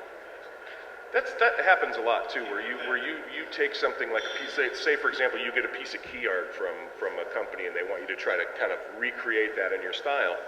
And when you do it, and I always, obviously we always kind of do roughs first, just kind of give them an idea of what they're going to be getting. A lot of times I'll add to it, or I'm like, ooh, there'd be a great spot for this or that. And I was working on an Iron Maiden cover one time, and there was this tank rolling down, and there's, the main guy on top of it, and there's that was a matter of life and death? Yeah, and there's 5 dead guys walking in front, corpses walking in front of it as soldiers, and what I was getting from that scene was that, this is an army of the dead, the damned, right? And so I thought, wouldn't it be cool if I showed this, that it was a column. It was like a shitload of people who were damned. This is the world of hell. For the last 300 years, here's the army, here's the people who have the lost souls and stuff like that. And when I turned it in, they were like, and it looked, I laid it in gray, I added another tank back there, and it just took on a bigger feel. And he said, no, take that out. Yeah. I was like, really? And then I also had this, in the key art, there was a body on the ground in front of the tank, okay, a corpse. And what they did on the key art was they clipped out things from comics and they patched it together, right? And so this is this resolution, this is this resolution, this is this resolution, this is this, there's dot gain all over this one. And so I looked at that and I went, you know what, I think I can do better than that. So I actually went to K&B and I got like a corpse, like Michael Jeter's burned corpse from the Green Mile. It's actually the one that it was. And I laid it down and I photographed it and then I got it into the piece. No, can you do it like the one that was there? I'm like, the one that's there is horrible. It's so different from this stuff that it's going to stick out like a sore thumb. But, in that case, I was dealing with someone who had, kind of a 15-year-old mentality and doesn't see past just the subject matter. He doesn't see that he's killing the quality of it. And if you look at Maiden's albums, 2 albums preceding that, you'll see, horrible poser covers, like done digitally and like just absolute dreck. So I don't know how good of a judge they are, but it's okay because it's still. It didn't ruin the piece for me. It was still worth doing, and I just tried to make that shitty body the best I could. So. It reminds me of a story. I was doing a cover, and the art director said, "We have to use this girl." And I was like, "All right." So I took it home, and I painted the girl, and I was like, "Man, she's ugly." So I made her pretty. And I came back, and he says, "Doesn't look like her." And I said, "Yeah, well, she's kind of fucking ugly. I made her beautiful." And he's like, "That's my wife." Oh! It's the Lorraine Gary syndrome. And all I could think to say was, "She's still ugly." I was like, I was already gone. I was already fired. It was done. I'm sticking with it. I would have loved if you'd have just built that up. Man, she was so hideous. I had to fucking cover this goddamn fucking... That's my wife. Do you guys? How unfortunate for you. Do you guys have any examples of your covers that you think are like the quintessential non-interfered with pieces of work? You guys have described like editors mashing your stuff to hell. Which is your works that most exemplify your styles? This is why I like working in comics, because you don't have a seven-headed approval machine. When I was new in comics and I had to prove myself, I had Axel Alonso hanging over my shoulder going, this is kind of what we want on this cover. And I would do it, and then I got to the point in comics, like I got to the point in games, role-playing games, where they just trusted me to do, they weren't dictating what was on the cover, because there's 2 ways to hire someone. You hire him because this guy brings a certain look to something, or you hire him because we can puppet master this guy. Right. He's a journeyman. He'll do anything. He's malleable. And I think you want an auteur directing your movie, not a cookie cutter. Right. You know what I mean? I don't really get now. I don't really get direction. Mm-hmm. Yeah. Now, for a long time, they're following everything, and these are stories from the past. But you get to a certain point where now they know what they're going to get. They trust you, and you come in, and if you say, "This looks good," and they say, "Well, I don't think so," and you go, "Well, you know what? I got 1,600 covers. How many do you have?" And then they go, "Oh yeah, well, that's right. Yours does look good." What do you guys think is the best example of your own work? That's a hard one to choose, because they're like your children in some cases. He sells his children into slavery. Yes. But I do too, to a degree. Mm-hmm. But I tend not to do that with the best pieces, because it's not even it's my idea what the best piece is, because what I'm looking at is I'm looking for technique, and I'm looking for what I planned on that thing being and what it turned out being and how close that came, or did I break the bounds and even fucking surpass what I wanted. And for me, I've certainly had enough autonomy to do that on a paying gig, but I do a lot of personal pieces, and I kind of look at my personal pieces like a painting with a pen. It's like, if this takes me 2 weeks to finish, because there's ass loads of detail in it, or it's large, or it's whatever it is, and I work like this, then that's how long it takes, and then I just do it. And those pieces are much more, obviously, than a cover I spend 5 days working on, or 3 days working on. Well, it sounds like you're saying your best work you generally hold for yourself. Yeah. Okay. That's a fair answer. That's just a byproduct of if you let me go on this. It's the freedom thing. If you give someone the trust to do what they do, that's always going to be the best thing you're going to get. If you try to art direct somebody and you're always going to strangle it somehow. Okay. I can't think of a single case where I had an art director, like a lot of art direction on a piece, and it's one of my favorite pieces. Can you? No, not the least. I can think of a lot of paintings that I despise that where pretty much you're painting with hands around your throat. Yeah. The lucky thing for us is we always have another chance to do one better.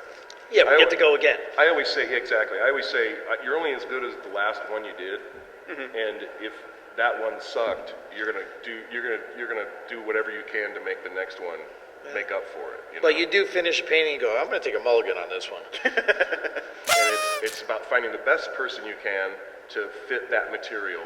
You know, my first pick is Gary Gianni. Okay, I can't get Gary because he doesn't want to do a comic right now. So who am I going to get that really can bring that same kind of feel as Gary does? So, and then occasionally you get like, okay, I've got Mark Schultz and Bill Stout in a mano a mano, I'm going to up you contest on this book we're doing. And it's great because it's like you get this great cover and then the other guy takes it as a challenge and he tries to outdo that one. It's like you're manipulating your guys very easily.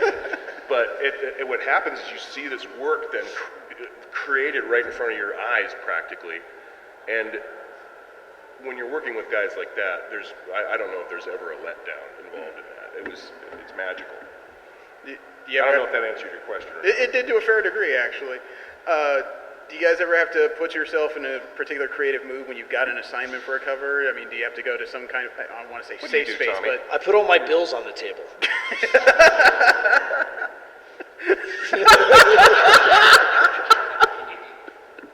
I only got one bill to do right now. I'm going to half-ass this one. Yeah. I'm starting to get the difference between you two as an artist and businessman, frankly.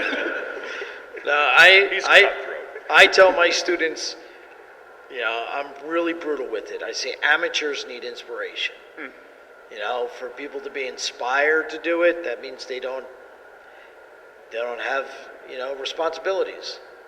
Yeah, there's definitely. I mean, I think there's a lot of ways to look at it, and I think where Tommy came from and how he learned the business and how he learned to do his craft is going to be different from another guy. And I mean, I tend to look at it. I love to. I'm getting that feeling. I don't know if it's about pumping yourself up for it. I know I'm going to go to the table and work, but oftentimes I'll put like music in, whether that's you know Judas Priest or Simon and Garfunkel, or it's film scores or orchestral music. I just like to create an atmosphere in the studio that is letting me forget about where I'm at and forget about what I'm doing, just lose yourself in it. Yeah. Okay, so you're not using the music to try and evoke something particular on the page. It's just it's one of those in the moment deals. I mean, there's like I just got the assignment to draw a Star Wars poster, so I've watched every Star Wars. I've been watching 6 years of Clone Wars. You know, and but it's just to avoid working. You know, it's not actually to inspire anything. It's just, well, I have to do this painting, so now I have to watch Star Wars again. Because, of course, if I don't watch it again, I can't possibly paint the poster. I have to refamiliarize myself, of course. Yeah, of course. It's 100 times. Watching 12 hours of video, fanning yourself with $100 bills? Yeah, pretty much. In his underwear. Yep. With grapes. Keeping his My toes wife spread handed me apart. grapes. I know, that's not something you want to visualize, is it? Hey, I have awesome grapes. I'm just saying. Sharpening his knife, and he's got an anatomy book open. No, I like the one with the guns because I can look at it and go, I own that one. That one.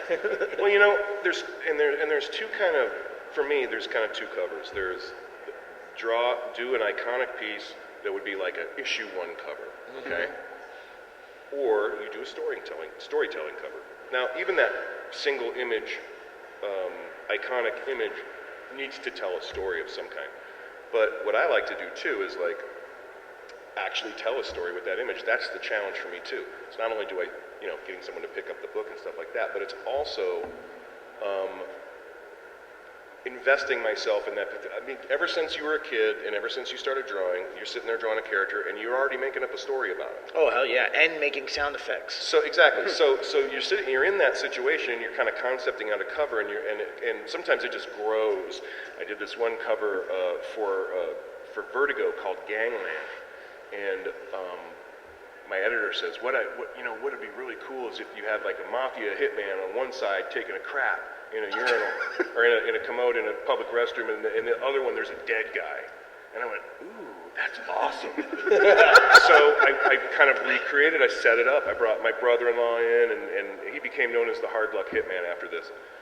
Because when I got those guys into position, okay, he's there, my brother's laying with his guts blown out on the commode, and this guy's sitting there reading a paper, shotgun propped up, cigar in his mouth, and looking at you like this.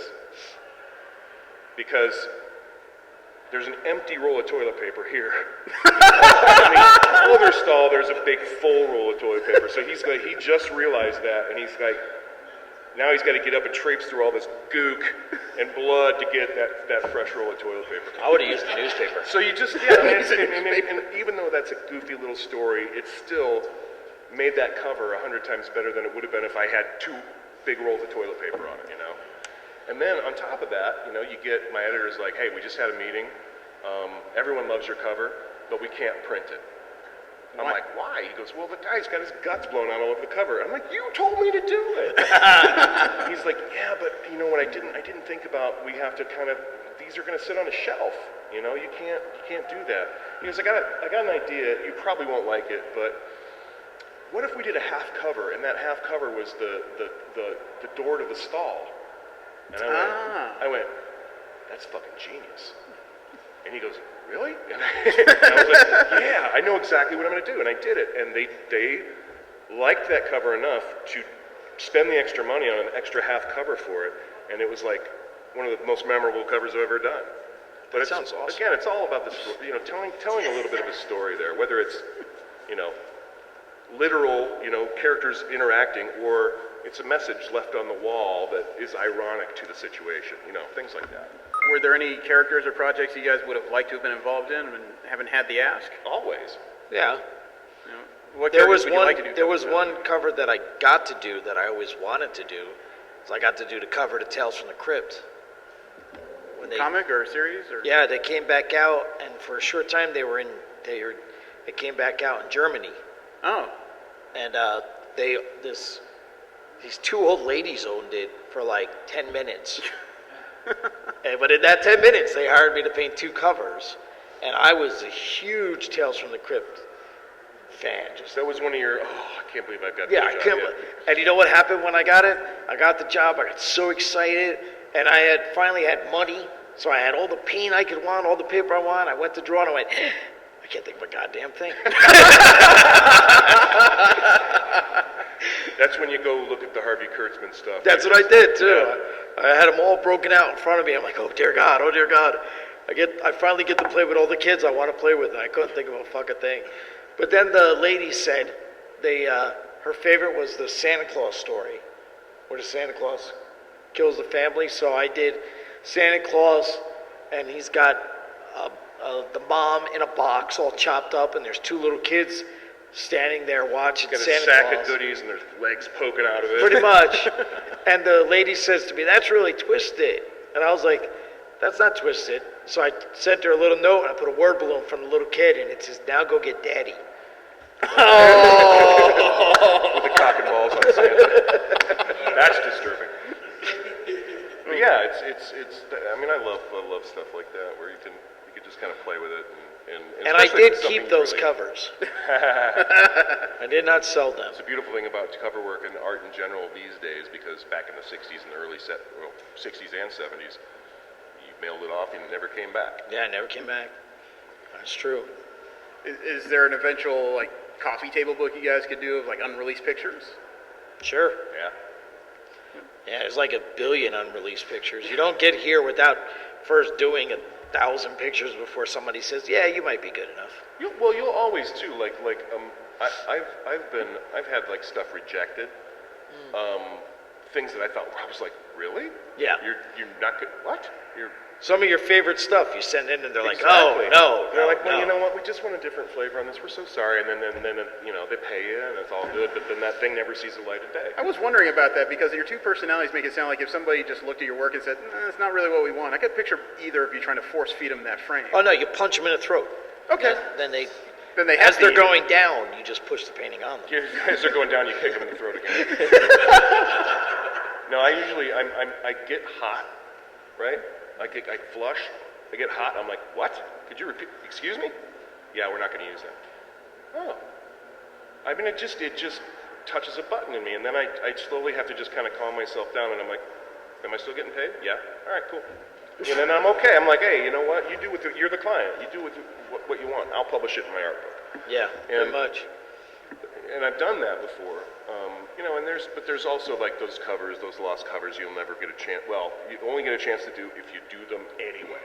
Yeah. And you know, like when I was working on the Punisher, I had this. We were doing a photo shoot, and I had my model, and it was light and everything. We were shooting stuff for like 3-4 months, right, worth of stuff. And we were in a bar because the initial thing I went in for is there's a issue where, you know, they want Frank Castle standing behind a bar, an Irish pub, like O'Malley's, right? Right. And he's serving a cocktail, but it's not, right? It's a Molotov cocktail. And so there's this irony, and there's this, you know, kind of humor to the cover. And then, so I did that, and then they, this kind of went off in a different direction, but I did that because there's a story about this one too. I did that cover, and then they, like 2 weeks later, go, we need to change that. And I went, what? Why?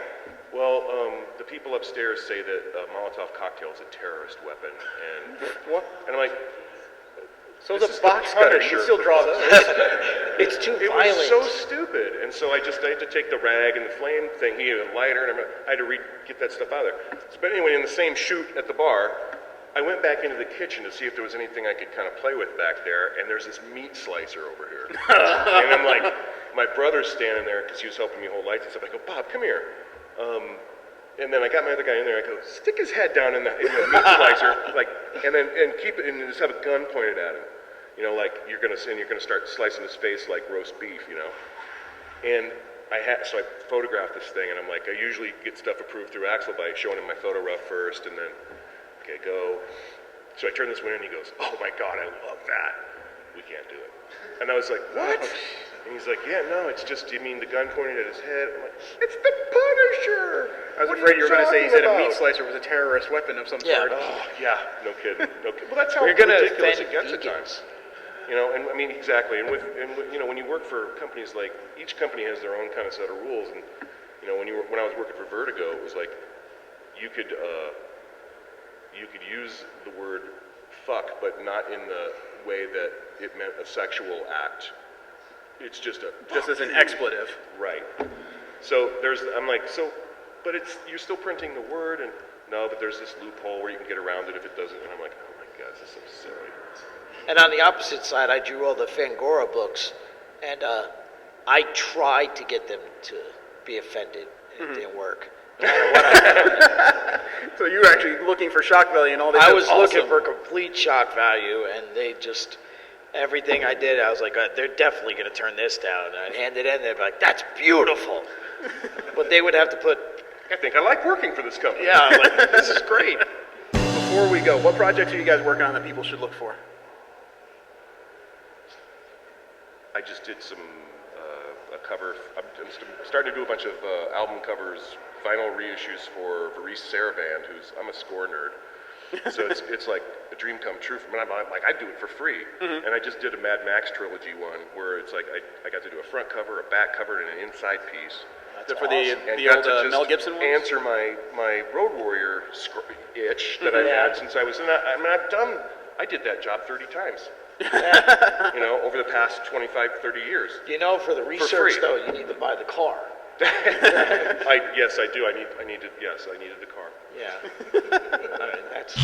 You're in a dream state, you know, you're like, wow, pinch yourself, you know. My last album cover, I had to be in a dream state. Was it for Dream Theater? No, it was for 9 Inch Nails. Cool. But in order to come up with something, I had to get myself into a dream state.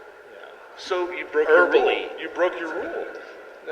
I put out all the bills, and then I smoked it. And then I rolled that one. I rolled that, and I smoked it. Bills are gone. All right.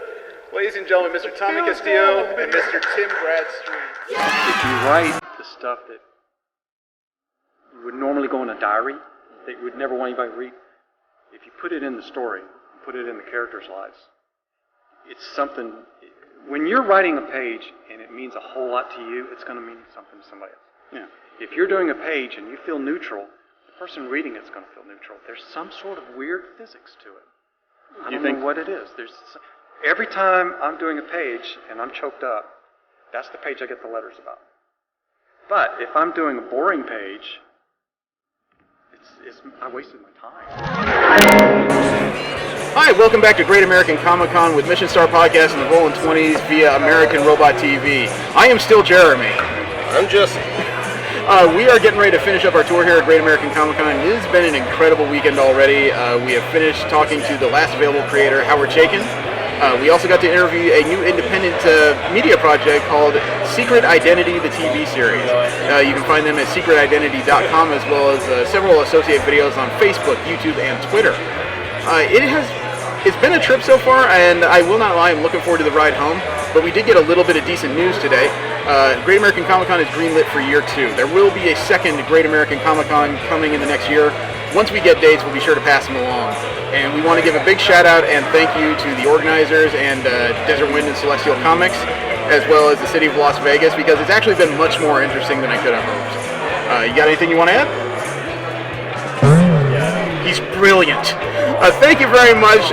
Look for us at missionstarpodcast.com and on Stitcher and iTunes as The Rolling 20s. We do a weekly comic book podcast.